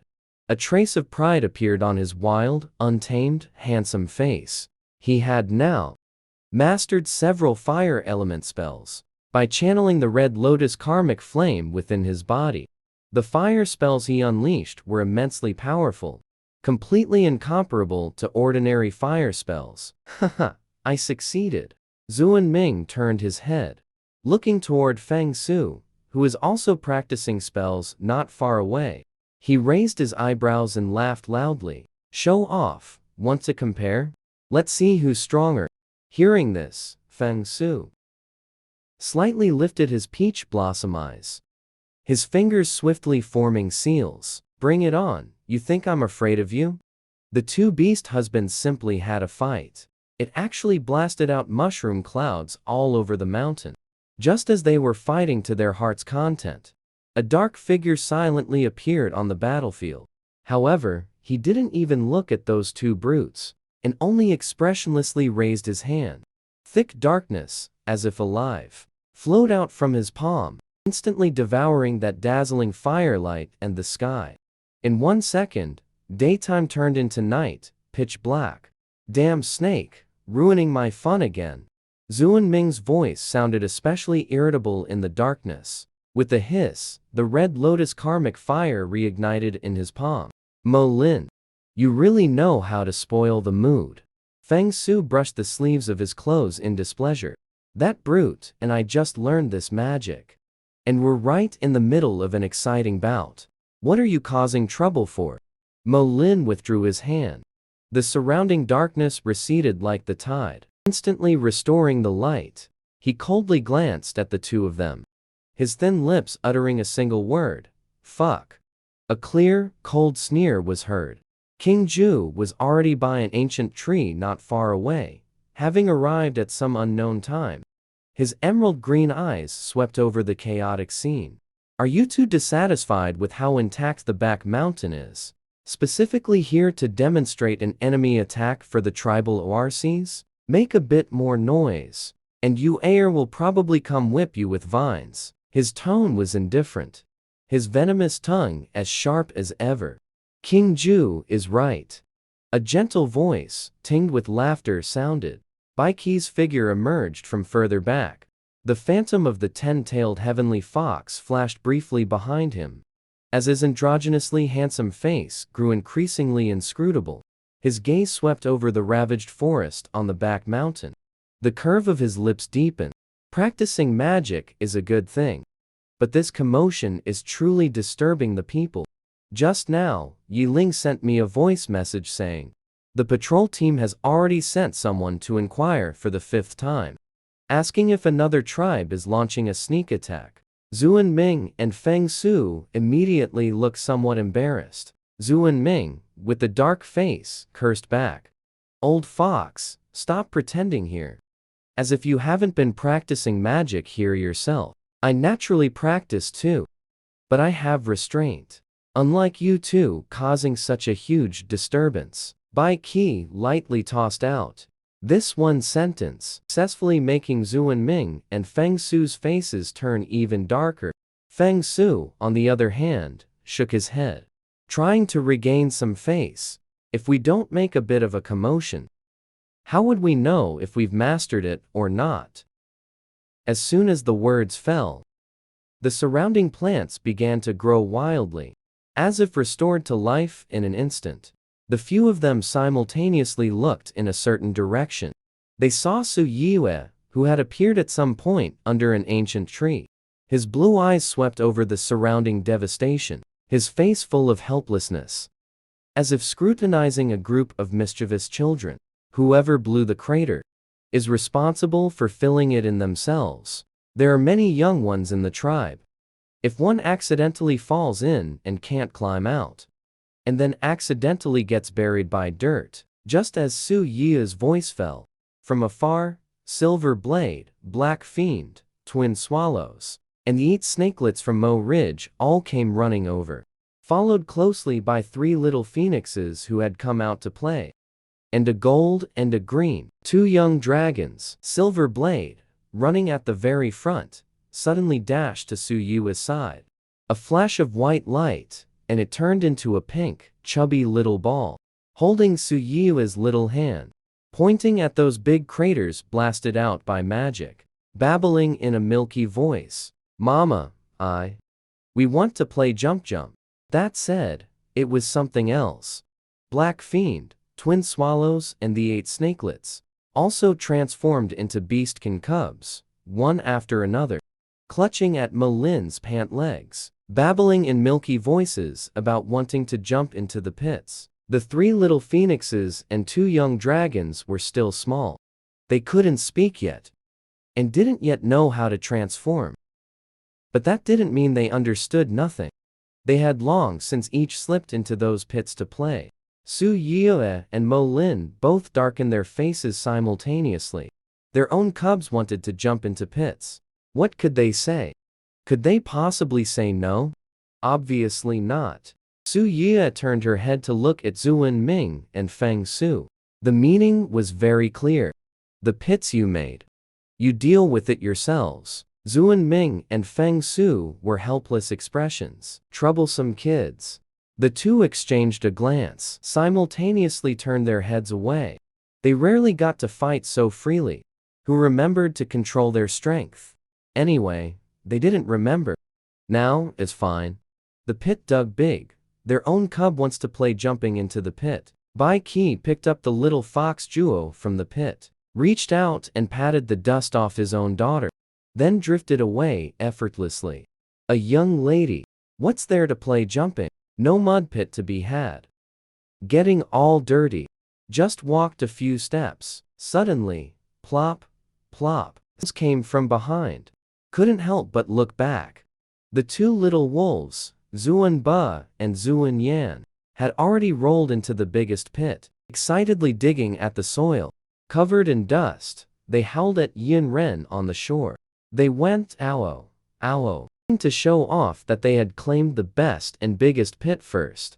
Zuan Ming not only didn't, instead squatted by the pit edge, chuckling and said, "Good boys. Even better at picking spots than your father back in the day." King Ju's mouth twitched, indifferently spat out two words, childish. Then, with sleeves fluttering, left. Let whoever deal with this mess. Feng Su, face dark, grabbed his own daughter, Feng Ling, out of the pit. As for the other two boys, let them play however they want. Zuan Yuan Ming, not far away, practicing spells where there was flowing water, didn't even glance at the commotion over there, as if it had nothing to do with him. As for the two cubs, playing in the mud pit over there, not caring at all. Let them play however they want. Being sturdy is good. Less likely to get sick. Anyway, there's a reckless man keeping watch. The playground blasted out by magic on the back mountain. Ultimately, under the silent pressure of the night forest, there are the instigators. Zuan Ming and Feng Su happily start on the desserts. When the last leaf of late autumn falls, Su Yia uses 200 faith points to break through to foundation establishment. King Ju, Yi Mo Lin, Zuan, Yuan Ming, Feng Su. Several are already at the peak of key refinement level 12, just one step away from breaking through to foundation establishment. Zuan Ming's consciousness breaks through to key refinement level 12. Even Bai Qi, who started the latest, in just 10 short days of cultivation, has already broken through from key refinement level 9 to key refinement level 11. While also handling affairs of the Beast King City, his cultivation speed is considered very fast. There are 7 freaks at home. If he doesn't work harder, he's afraid he'll become the most useless one. Su Yi sits cross-legged by the spirit spring within the space. The moment spiritual power in her Danshan condenses into a liquid vortex, the surrounding plants and trees stir without wind. She slightly opens her eyes. A clear light flashes briefly in their depths. She uses her spiritual sense to examine the changes in her body. The corner of her mouth lifts slightly. Upon reaching foundation establishment, one can fly on a sword. She plans to buy a flying sword. Just imagine the feeling of soaring through the sky on a flying sword. It couldn't be more awesome. It would be best to buy another sword as well, to also enhance her strength. Her consciousness sinks into the system space, looking at the shiny faith points on the panel, 2375. The mood is extremely good. The system opens the faith value mall. I want to buy. The system's light screen swishes open. The dazzling array of goods makes Su Yi's eyes blurry. Ordinary low-grade flying sword, 300 faith points. Mid-grade flying sword, flowing light, 500 faith points. High-grade flying sword, Heart Frost, 800 faith points. Comes with the sword control formula, startling swan sword art. Zuan rank. Mid-grade, 500 faith points. Su Yi's finger pokes and prods on the virtual screen. This startling swan sword art name is pretty flashy. How's the effect? The system immediately pops up a demonstration scene. Look, host. In the scene, a cyan sword light moves like a startled dragon. Wherever it passes, the mountain terrain is drastically altered. comes with an elegant movement technique bonus, especially suitable for showing off coolly, suitable for displaying immortal grace. The corner of his mouth twitches. His mind inexplicably thinks of King Ju, ethereal and immortal, holding a long sword and acting cool. That's the one, she decisively decides. Also want that frost cyan sword. His finger suddenly stops on a certain product. Wait, what is this? Spirit Mushroom Atlas. Host has a really good eye. The system suddenly turns into a sales pitch machine. Buy the Spirit Plant Atlas, now for only $998. Comes with 10 random spirit seeds. Don't stop, come and get it. He's choked by this sudden shopping frenzy and says, "Speak human language." The system instantly returns to normal. It can identify the medicinal properties of all spirit plants and their cultivation methods. Doesn't the host have wood element abilities? Better when used together. Looking at the shopping list, Su Yue struggled for a while. In the end, she gritted her teeth and chose to buy. She comforted herself. This counts as investing in her own future. And with this atlas, she could better utilize her wood element. After the faith points were deducted, on her panel, the faith points entry became a pitiful 77. But before her, 3 new items appeared. They were precisely the Frostgreen Sword, the Swanflight Sword Art, and the Spiritual Plant Atlas system. Looking at the remaining faith point balance of only 77, heartbroken and filled with regret. The host really is a spendthrift. You should at least keep some pocket money. The speed of that change in expression was as if the one who had been pushing the sales so hard just now wasn't him. Su Yue couldn't be bothered to pay attention. This kind of system shouldn't be called a wealth-obsessed system. She toyed with the frost green sword in her hand. Its cool blade was like a pool of autumn water, its edge contained and restrained.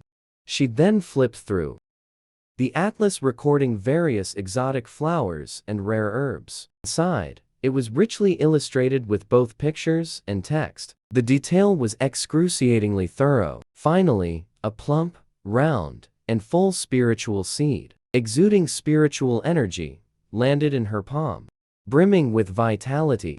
Not recognizing what kind of seed it was, she planted them all in the spiritual field within her space, right next to the swordwood, which had already grown as tall as an adult, vibrant and full of life. Spiritual energy misted around it. Noticing that Ling Lu had appeared on the leaves again, her eyes instantly brightened. She quickly ran back to the wooden house, took out a ceramic bowl to collect. Watching the Jianmu Ling Lu rippling at the bottom of the bowl, counted carefully, found there were exactly 8 drops, perfect for Mo Lin's 8 snake cubs to drink.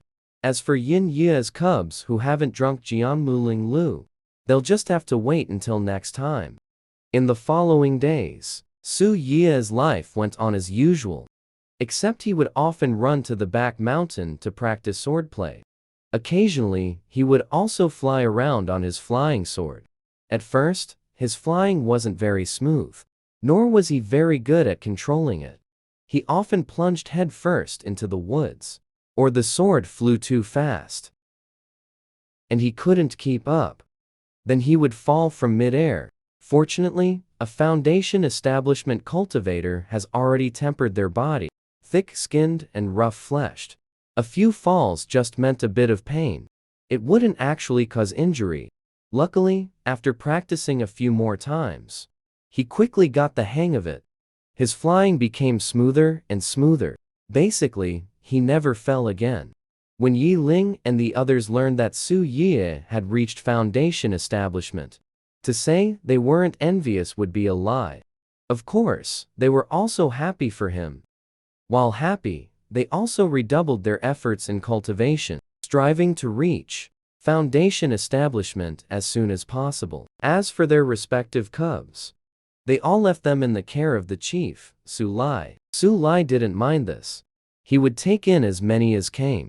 As long as they weren't afraid of the cubs being covered in wolf dung, he could take care of them all.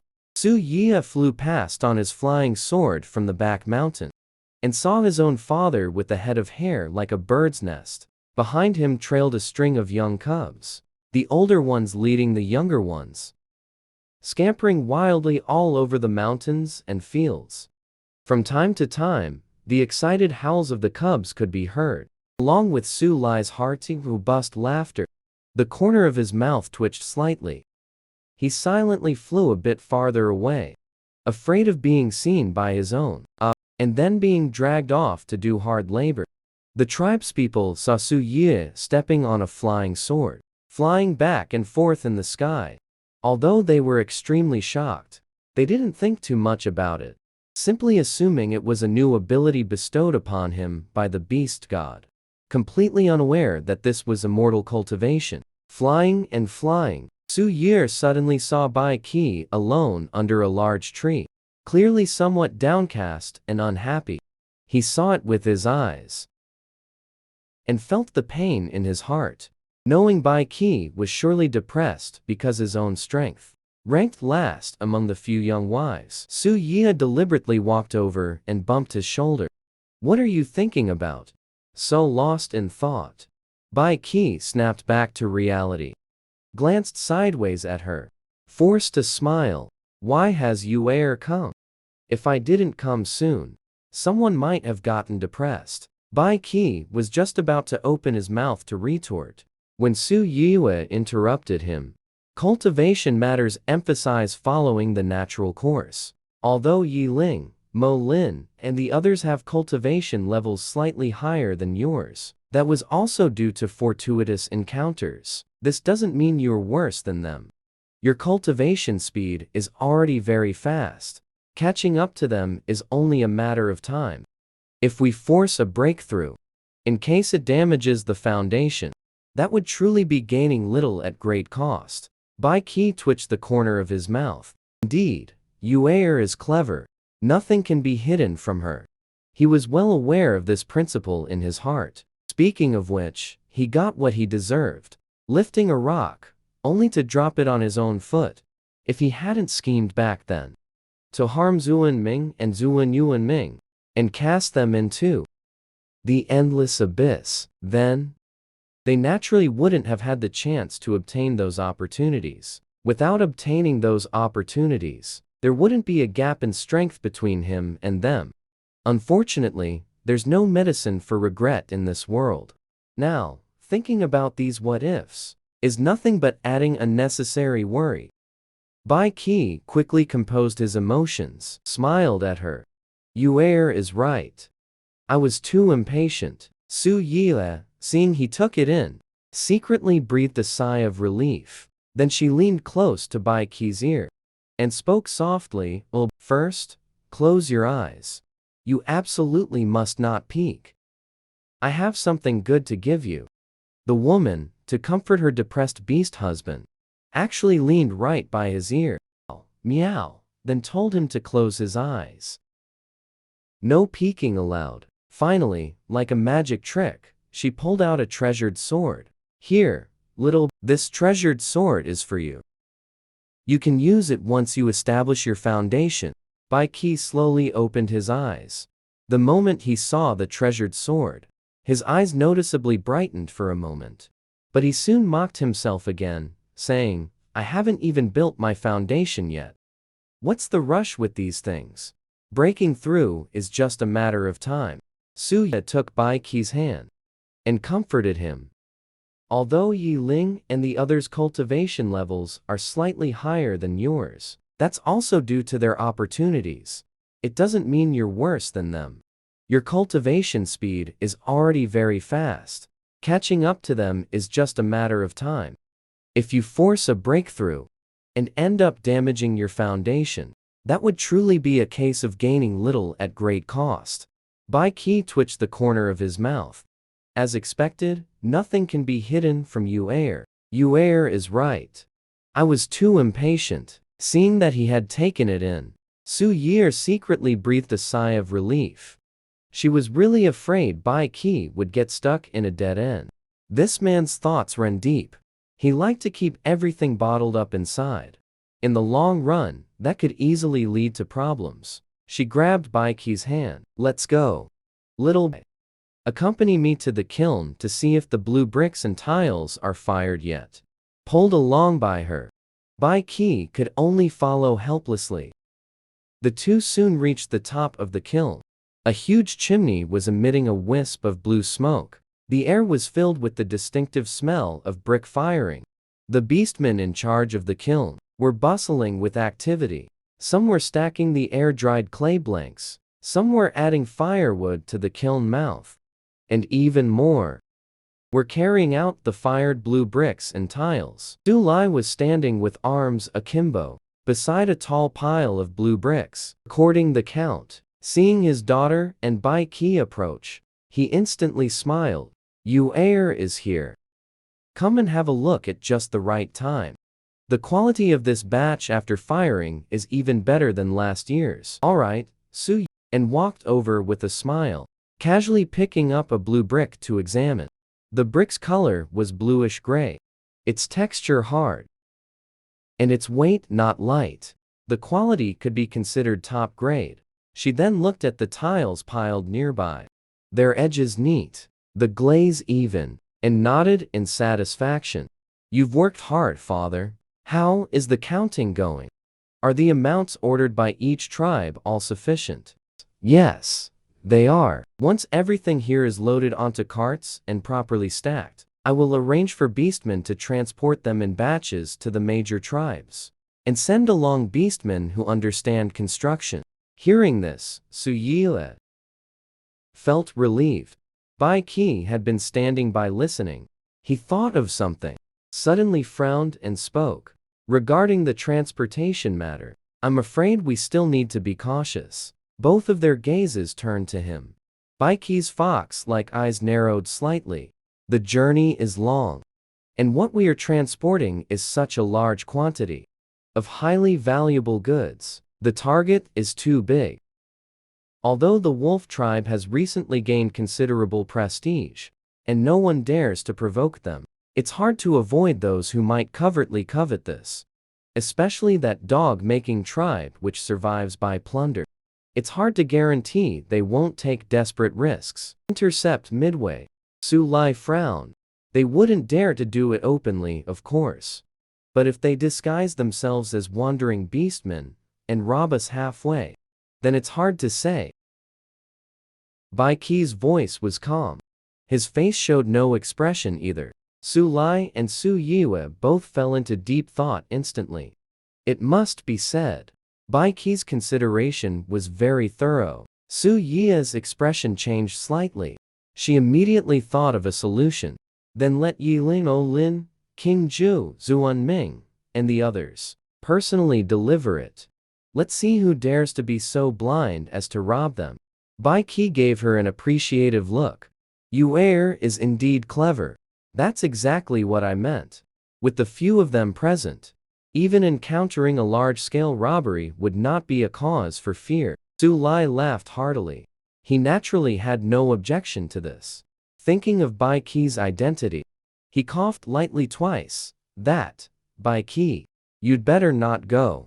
Send someone else instead. Bai Qi looked at Su Lai with a half-smile. Father-in-law, are you looking down on Menno? Think my strength is lowly, unworthy of traveling with them?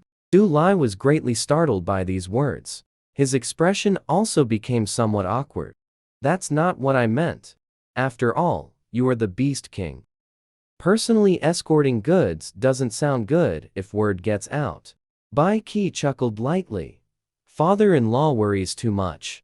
Although I am the Beast King, I am also Yu Er's beast husband.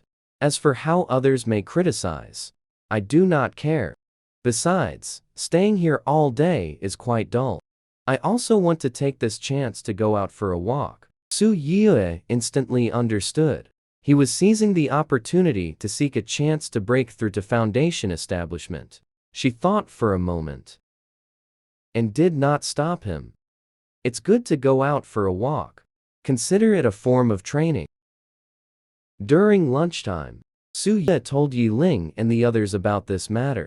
The several beast husbands naturally had no objections. Zhu Ji had been meditating and cultivating in the room for an entire winter. It's good to go out for a walk, to stretch his limbs. Seeing the men agree, she was very happy.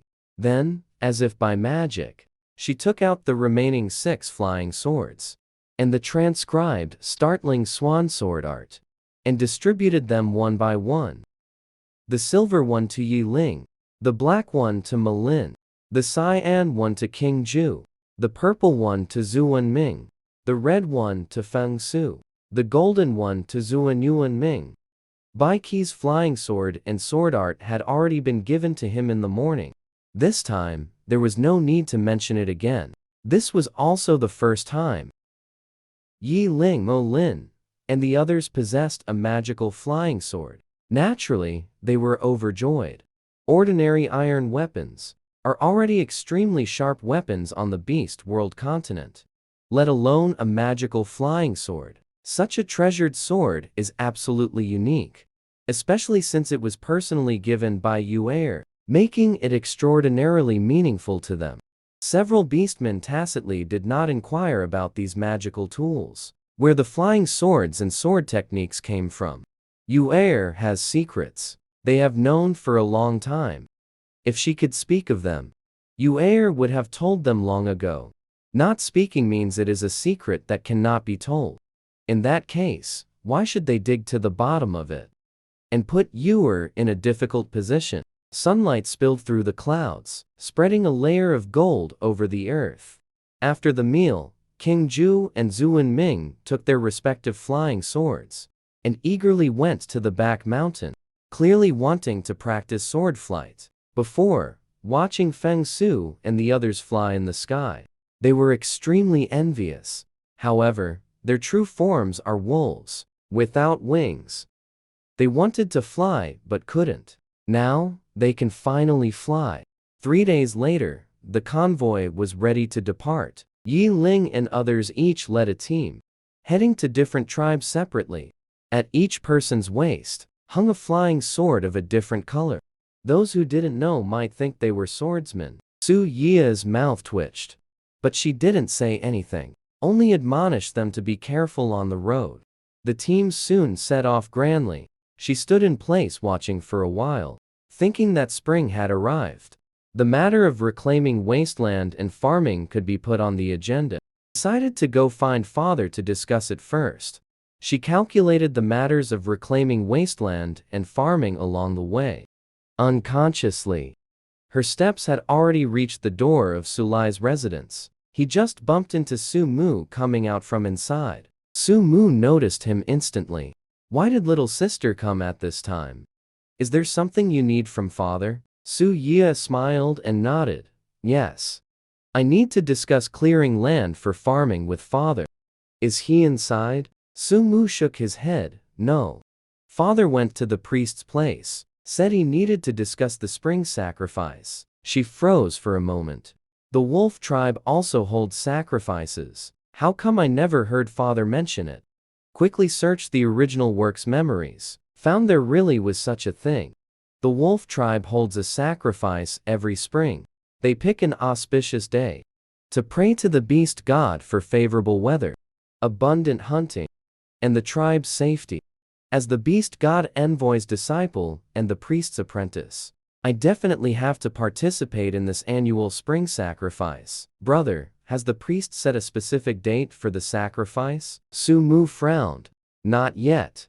The priest said he needs to divine to choose an auspicious day. But it's probably a matter of these next few days. It won't be delayed too long. She breathed a sigh of relief. As long as it doesn't conflict with the Dragon Clan's ancestor worship at the start of next month, it's fine. Just as she was about to turn and go to the priest's place to find Sulai, she was suddenly grabbed by Su Mu. Oh, right, little sister. Su Mu lowered his voice mysteriously. Are you guys secretly practicing something? Why did I see Yi Ling, King Ju and a few others were flying back and forth on the back mountain, stepping on flying swords? My younger sister is one thing, as the beast god's envoy, and also the old priest's disciple. It's normal for her to know some special abilities. But Yi Ling, Ma Lin, King Ju and those few stepping on swords and flying around in the sky. That is not normal. Su Yue was stunned for a moment, then realized. He was talking about sword flight. She secretly used the art of observing Qi to glance at Su Mu, and saw the Qi above his head was white. White represents ordinary Qi fortune, a lifetime of being utterly unremarkable. She also secretly checked his aptitude, and found he had no spiritual root at all. With such aptitude, cultivating through Qi fortune really has no future. Instantly withdrawing the art of observing Qi, she coughed dryly twice.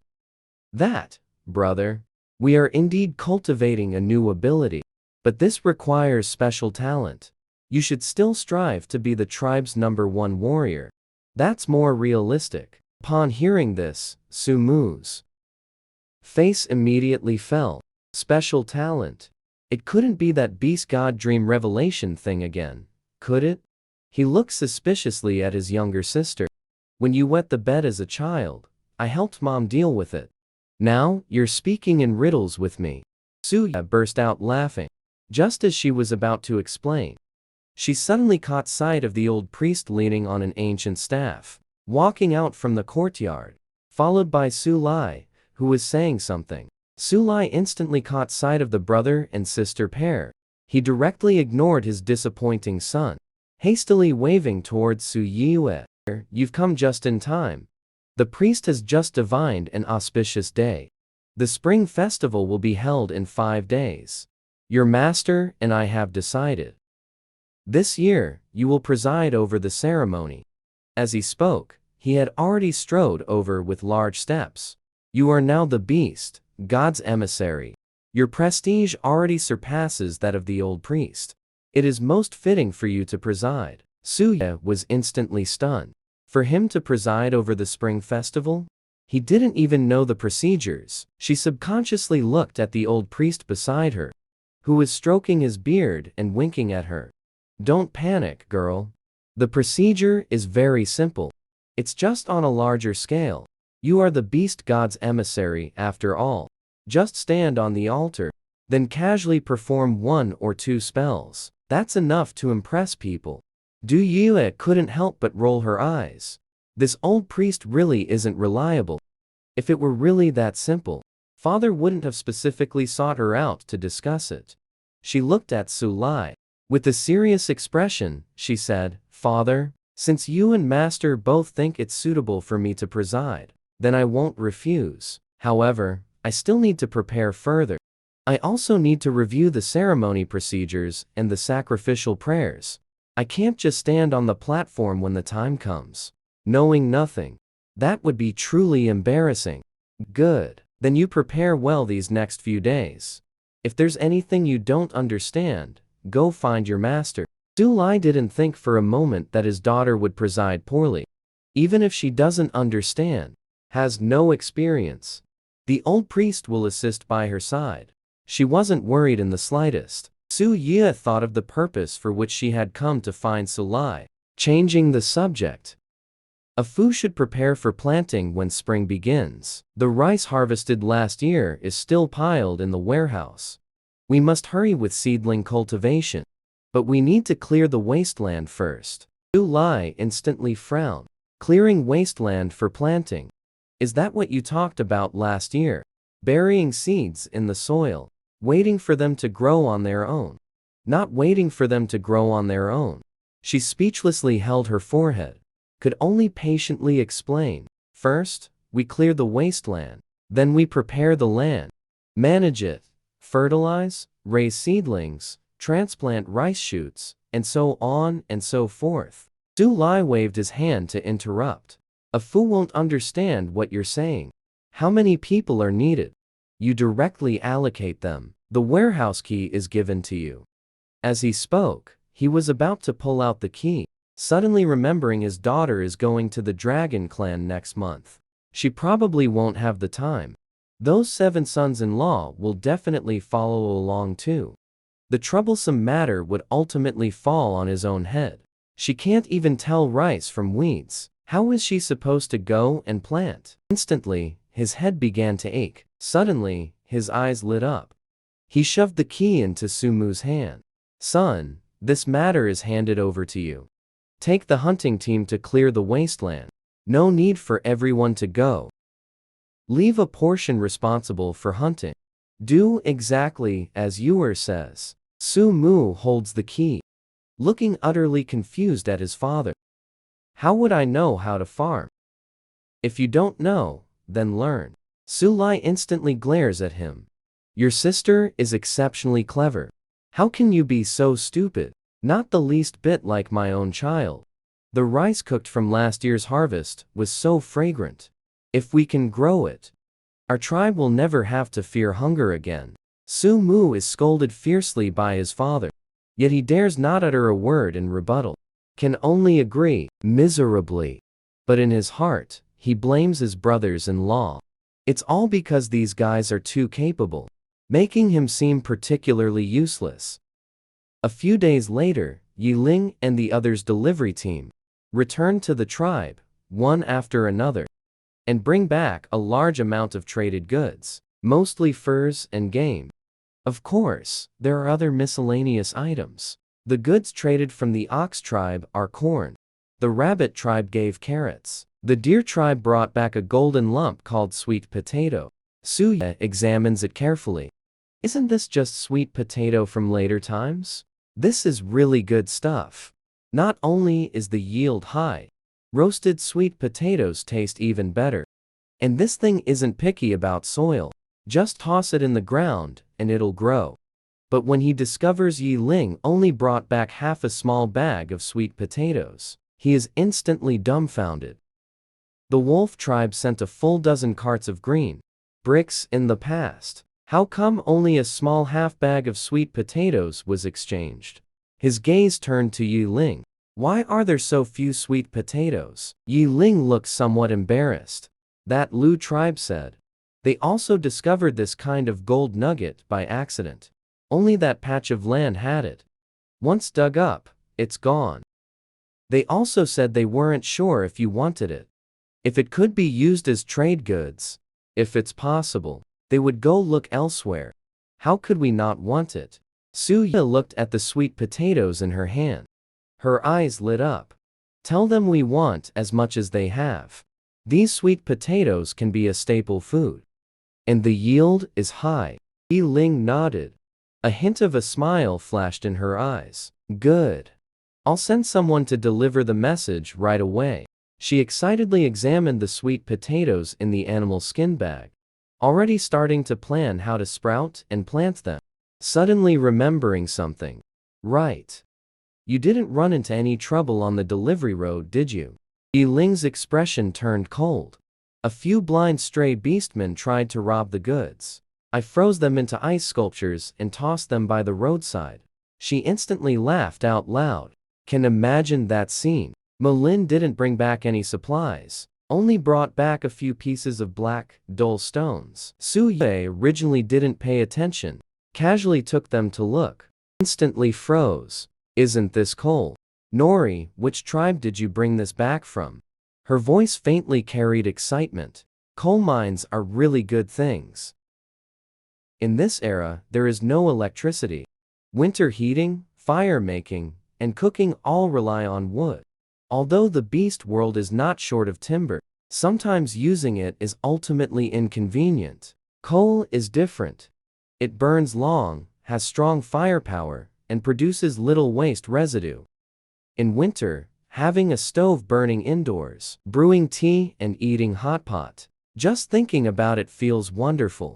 Molin didn't know why she was so excited, but still answered truthfully. Bear tribe. Their chieftain said this kind of black stone can burn and clean bloodstains. They use this black stuff for heating. That's it, then. She smiled happily, holding the coal piece as if she had found a treasure. How much more does the bear tribe have? This piled up half a cave. Mo Lin recalled they call this black stone, occasionally using it to start fires. They said, if you want it, they can haul it all over as goods for this trade. If it's not enough, they'll go dig more. They said there's a lot behind their tribe's mountain. We'll take as much as they have. Have them haul it all over. Su Yi's heart blossomed with joy. This was simply an unexpected delight. Among the supplies Bai Qi brought back, there were also some rather special things. It was a type of ore called starlight stone, similar to a luminous pearl. Su Yi smiled, handing the starlight stone to Bai Qi beside her. Have craftsmen polish it, inlaid in wood to make a lamp, so as not to use torches for illumination at night. Bai Qi took the starlight stone, playing with it in his palm. Yu'er is so clever. This is much more elegant than a torch. 5 days later, the spring ritual arrived as scheduled. Su Yi stood at the center of the altar, feeling the scorching gazes cast upon her from all around. Her expression was serious. All the beastmen of the entire tribe gathered around the altar. Even the elderly, weak, women, and children who rarely showed themselves had all come. 7 beast husbands stood in a row below the platform, gazing at her with burning eyes, their eyes full of pride. The old priest leaned on his drumstick staff, slowly walked up to the altar, whispered in her ear, "Girl, don't be nervous. Later, this old man will remind you from the side. Master, are you sure there won't be any problems? Don't worry, old man. I've presided over rituals for decades, never made a mistake. Just follow the procedure." Su Yi nodded slightly, seeing that the time was about right. She was just about to start reciting the ritual words. Suddenly, from the corner of her eye, she caught sight of, inside a cage covered with animal hide in the corner of the altar, something seemed to be moving. Curious, she walked over, carefully lifted the animal hide. But when she saw clearly what was inside, Su Yue was instantly stunned, rooted to the spot. A woman presiding over a ritual for the first time, yet was frightened into a daze by the sacrificial offering. Because the item for the sacrifice was actually a living beastman. The child Su Yue coldly looked at the old priest. "What's going on with the cubs in the cage?" The old priest looked at his disciple's icy expression. He inwardly cursed, "This is bad." He was afraid this girl wouldn't be able to accept it. That's why he specifically hadn't told her. They needed live cubs as sacrificial offerings. Now, under his disciple's piercing gaze, he could only brace himself and answer, "Girl, these are the sacrificial offerings. It's the rule every year. We select a pair of strong cubs to sacrifice to the beast god, praying for the tribe's prosperity and flourishing." Before he could finish speaking, he was coldly interrupted by Su Yue, who made the rule to use live cubs as offerings. Even the beast god wouldn't agree if he knew. "Master, you call yourself a priest, yet you can carry out such a cruel act?" She looked at the shivering cubs in the cage. Their terrified, helpless eyes pierced her heart like needles. Her fury surged to the top of her head. Her gaze swept over all the beastmen present. The beast god is benevolent and loves all creatures. How could he possibly need the sacrifice of innocent cubs' flesh and blood to be pleased? This barbaric custom is abolished from today onward. "Girl," the old priest panicked, hurriedly lowering his voice. "This is a rule passed down by our ancestors. If we suddenly abolish it, the beast god will punish us. We cannot bear the consequences." Look, before his words faded, muffled sobs already rose from the crowd below the altar. A female, eyes red, rushed out, trying to throw herself toward that cage. But he was tightly held back by his ORC partner behind him. "Don't be foolish. Offering a sacrifice to the beast god is an honor. The beast god will bless us. But that's the cub I work so hard to give birth to." The female sobbed uncontrollably. Her eyes were swollen and red from crying. Many females present who had young cubs also reddened their eyes. They began to sob quietly. In the spring sacrifices of previous years, what they feared most was their own cub being chosen. Once chosen, they could only become a sacrifice to the beast god. No matter how reluctant they were, they could not change it. This was the tribe's rule, and also the rule of the entire beast world continent. The surrounding ORCs had complex gazes, their expressions filled with awe. Yet they also found Su Yi's behavior very strange, and couldn't help but whisper among themselves. Beast God's envoy.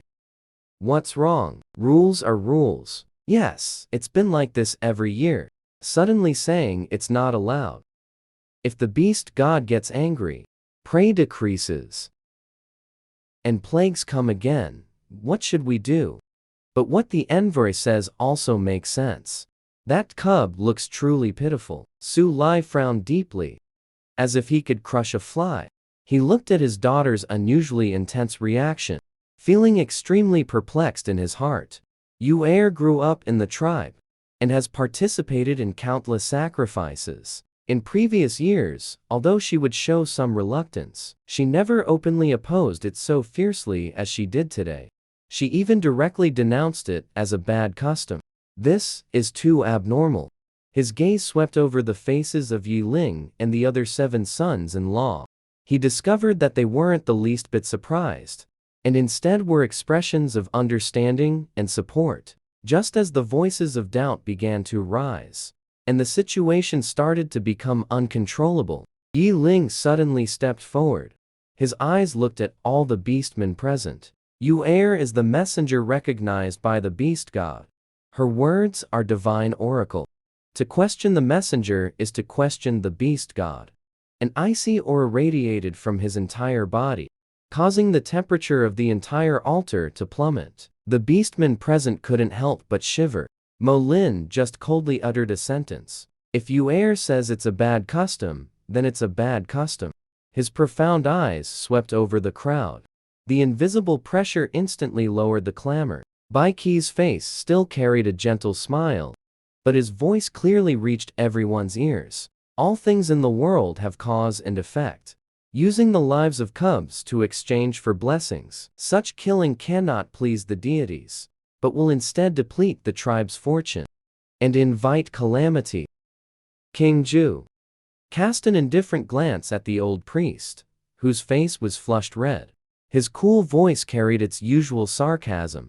Priest, you have presided over sacrifices for decades. Have you only learned to use cubs? To curry favor with an illusory existence? If the beast god were truly bloodthirsty, how would it differ from a ferocious beast, stubborn and unyielding? Bullshit. Old rules. Zuan Ming's explosive temper directly erupted. Pointing at the cage, he roared, using living cubs to fill the appetite of the unseen, intangible beast, God. I'll be the first to disagree. Old man, I think you're getting more confused the older you get. Feng Su flicked his fiery red sleeve. His peach blossom eyes held a hint of a smile, yet his tone carried deep meaning. High Priest, times have changed. The beast god has already issued the latest directive to Yu Er. From now on, no cubs are needed as sacrifices. Zuanyuan Ming did not speak. Only those dark golden eyes locked onto the old priest. The corner of his mouth lifted in a cold curve. A silent threat, more oppressive than any words. As if saying, just try touching that cub. The attitudes of the 7 top beast husbands were clear. Their powerful auras instantly enveloped the entire altar, suppressing all doubts and whispers. The old priest was left speechless, his beard quivering with anger. His gaze swept over Yi Ling. The 7 were inwardly speechless, cursing silently that this was just the way of the entire beast world continent.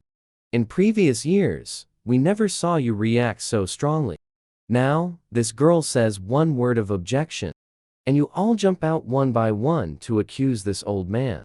But each of you speaks with reason and evidence. And this girl is the beast, God's messenger. He couldn't very well refute it. He could only stand to the side with a dark face. Do whatever you want. She won't interfere anymore. Is that acceptable? Su Yi seized the chance to step forward and open the cage, taking the 2 shivering wolf cubs out from inside. The 2 cubs were clearly terrified. They kept burrowing into his arms, their wet noses nuzzled against her chest. From now on, the wolf tribe's offerings will be replaced with grains and game. Her gaze swept over all the beastmen present. Her voice was clear and bright. The beast god cherishes his people. How could he bear to devour young cubs? If disaster truly strikes, she secretly formed a hand seal. Countless vines instantly shot out from the ground, blossoming into a sea of flowers around the altar. She continued, saying, "Then let me, Suyue, bear the responsibility alone." All the beastmen stared blankly at the area around the altar, at that incredibly beautiful sea of flowers, their expressions shocked. The scene fell silent for a moment, then erupted into a wave of intense cheers. Yes, the beast god is merciful. How could he truly require the sacrifice of innocent cubs to exchange for so-called blessings? The parents of those cubs scrambled and crawled onto the altar, weeping as they took back their young. They knelt on the ground, about to kowtow. Su Yue hurriedly stopped them, reaching out to pull the two up. She spoke a few words of comfort, simply telling them to step down. Then she turned to look at the old priest, whose face was dark. "Master, please continue with the ceremony." The old priest's beard twitched. He snorted angrily, flicking his sleeve. "You, girl. You've released all the offerings. What ceremony is there left to continue?" "Master, you are mistaken. Are these not the offerings?" she said, with a smile, pointing to the various offerings arranged on the altar. Fresh prey, freshly picked wild fruits, and jars of newly brewed fruit wine. The old priest glared at him, turned his back, pretending not to hear, clearly not intending to participate in the sacrifice. Su Yue knew he had embarrassed the old man today. He was angry. He didn't mind. Returned to the altar, began reciting the sacrificial prayers loudly. Fortunately, he had memorized the procedure, so he wasn't worried about making mistakes. After the sacrifice ended, Su Yue returned to his small courtyard. Yi Ling and others followed behind him, with varied expressions. Yu Bai Qi suddenly spoke. "You did very well today." He turned to look at her, smiled faintly. "I only did what I should." Bai Qi's expression was complicated. "Actually, I've long wanted to abolish this bad practice. I even mentioned it to father before, but was scolded harshly by him. He said it was disrespectful to the beast god." Su Yue raised an eyebrow upon hearing this. "You are now the of Beast King City. Just directly order its abolition." Bai Qi smiled bitterly and shook her head. Although Beast King City rules the lower domain, the sacrificial traditions of each tribe are deeply rooted. Today, you broke precedent in the wolf tribe. It's actually a good opportunity. As she spoke, she took out a Beast King token from her bosom, summoned the hidden guards who were secretly on standby. "Convey the king's order. From today onward, Beast King City and all its subordinate tribes abolish the bad practice of using live young as sacrificial offerings. If there are any who disobey, they shall be charged with treason." It is the Beast King. Feng Su's eyes flickered slightly. He must be summoning the Phoenix clan guards, hidden in the shadows. Chen Shem ordered to convey this clan leader's decree to the Phoenix clan and its affiliated tribes. Immediately abolish the barbaric practice of using live young as sacrifices. Those who violate will be expelled from the tribe, never allowed to return to the clan. He then gave the guard a token. It was the clan leader's token. The guard took the token, accepted the order, and left. His figure transformed into a streak of firelight and disappeared into the horizon. Zuanyuan Ming stood to the side with his arms crossed. He sneered, saying the Dragon Clan never engages in such practices for ancestral worship. Feng Su instantly looked at Zuanyuan Ming and rolled his eyes quite inelegantly. "Cousin, the way you put it. How many dragons does your Dragon Clan even have? Of course, you wouldn't be willing to use them as sacrificial offerings." Zuanyuan Ming wasn't angry even when his weakness was exposed. The corner of his mouth curled into a wicked arc. "At least our Dragon Clan hasn't done such thunder-striking, heaven-condemned deeds." Hearing the words, thunder-striking, heaven-condemned, Feng Su's face instantly darkened. The faces of the other men also darkened somewhat. These words clearly insulted everyone present. Feng Su snapped his feather fan shut with a slap. His peach blossom eyes narrowed dangerously. Cousin, are you saying our Phoenix clan deserves to be struck by thunder? I didn't say that. Zuanyuan Ming watched with dark gold. A mischievous glint flashed in his eyes. But the sight of certain bird feathers being scorched by thunder must be quite beautiful to behold. Looks like cousin's skin is itching again. Maybe cousin should loosen your joints for you. Feng Su narrowed his eyes with a half smile. His fists clenched with cracking sounds. Zuanyuan Ming wasn't the least bit afraid. Instead, his face held a hint of amusement. Who loosens whose joints isn't certain yet. But a spar is possible. Just right to test how cousin's swift swan sword technique is coming along. As soon as the words fell, a golden long sword instantly flew out from behind him, straight toward Feng Su's face. The golden long sword had just flown out 3 inches, when it was slapped back into its scabbard by Su Yue. If you want to fight, go to the back mountain to fight. Don't wreck my house. Feng Su flung his fiery red feathered robe, turned and swept toward the back mountain. Cousin better not wet his pants from fright. Zuanyuan Ming transformed into a golden light, closely following behind. The remaining few tacitly followed to watch the excitement. Su Yue shook her head helplessly. Ever since the several beast husbands started learning magic, they would constantly find excuses to fight. And the commotion kept getting bigger.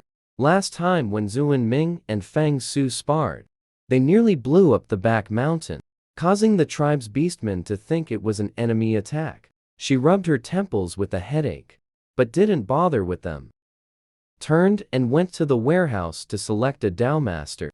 After a big battle ended at the wolf tribe's back mountain, apart from Feng Su's feathered robe being torn in a few places, looking somewhat disheveled, he didn't suffer any injuries. Zuanyuan Ming was refreshed and invigorated. His mood couldn't be better. Clean from head to toe. Not even the corners of his clothes or a strand of hair was out of place. Feng Su's face was as dark as the bottom of a pot. His gaze at Zuanyuan Ming seemed capable of spitting fire. This bastard. Cousin struck so fiercely. Didn't even know to leave him a bit of face. He just couldn't understand it. Both he and his cousin were clearly at the early foundation establishment stage.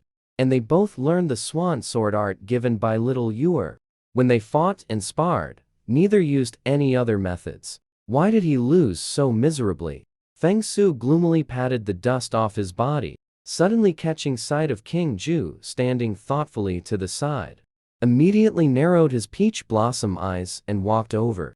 Poisonous bamboo. Did you see some trick? Among the 7 of them, this bamboo had the best comprehension. He learned everything exceptionally fast. No matter how difficult the technique, he mastered it instantly in his hands, making the other 6 of them seem particularly stupid every time. But fortunately, there was the reckless one at the bottom. That guy still hadn't fully grasped the swan sword art to this day. King Ju swept his gaze over Feng Su. Disheveled appearance. The swan sword art emphasizes controlling the sword with a single intent. You are too fixated on the moves. He casually plucked a bamboo leaf, flicked it forcefully. Watch carefully. The bamboo leaf suddenly transformed into a streak of blue light, drawing a mysterious trajectory in the air, even faintly carrying the sound of a sword hum before Mo Lin not far away. It abruptly stopped, hovering without falling. Sword intent is formless. Why be constrained by moves? He retracted the bamboo leaves. His emerald eyes swept over the crowd like a fleeting glance. The sword technique values intent over form. All of you are too rigidly attached to the form. Instead, you've overlooked the essence of the advice. A flash of realization passed through Mo Lin's deep eyes. His stern face showed a hint of enlightenment. Yi Ling's red eyes looked toward King Ju. He had to admit inwardly, this bamboo's comprehension in immortal cultivation was indeed a cut above theirs. Zuan Ming suddenly dropped down from the tree. A purple flying sword spun in his palm. Poisonous bamboo shoot. Don't get so cocky. This old man can still tear open the sword net with wolf claws. Whoosh, whoosh, whoosh. At King Ju's fingertips, several bamboo leaves shot toward Zhu Ming at an astonishing speed. Zhu Ming's expression changed. His figure nimbly tumbled in the air, barely and dangerously dodging those bamboo leaves. The bamboo leaves brushed past the corner of his clothes and embedded into the tree trunk behind him, penetrating deeply into the wood. Zhu Ming landed on the ground, looking at those bamboo leaves. His face turned somewhat dark. This bamboo is too damn sneaky. Actually, pulling a sneak attack. And those bamboo leaves clearly contained sword energy. If they had really hit, he'd probably have a few extra holes in his body. Ha ha ha. Feng Su mercilessly laughed. You brute, aren't you ashamed? You even dodged the poisonous bamboo shoot's leaves, and still want to tear open the sword net. Although mocking Zhu Ming, his gaze, however, shifted toward King Ju. A complex expression. Everyone is learning swordsmanship at the same time. This reckless fellow hasn't even grasped the basics yet. Their swordsmanship is also just at the beginner stage. But King Ju has already reached the level where he can injure people with leaves. This gap is just too disheartening. Zhu Ming's face darkened even more. He glared at Feng Su. For once, he didn't retort, because he himself felt quite ashamed. Bai Qi's gaze swept over King Ju. Suddenly, he gave a light laugh. King Ju's comprehension is indeed extraordinary. We are far from matching it. He paused. His fox-like eyes narrowed slightly. However, there are more important matters at hand right now.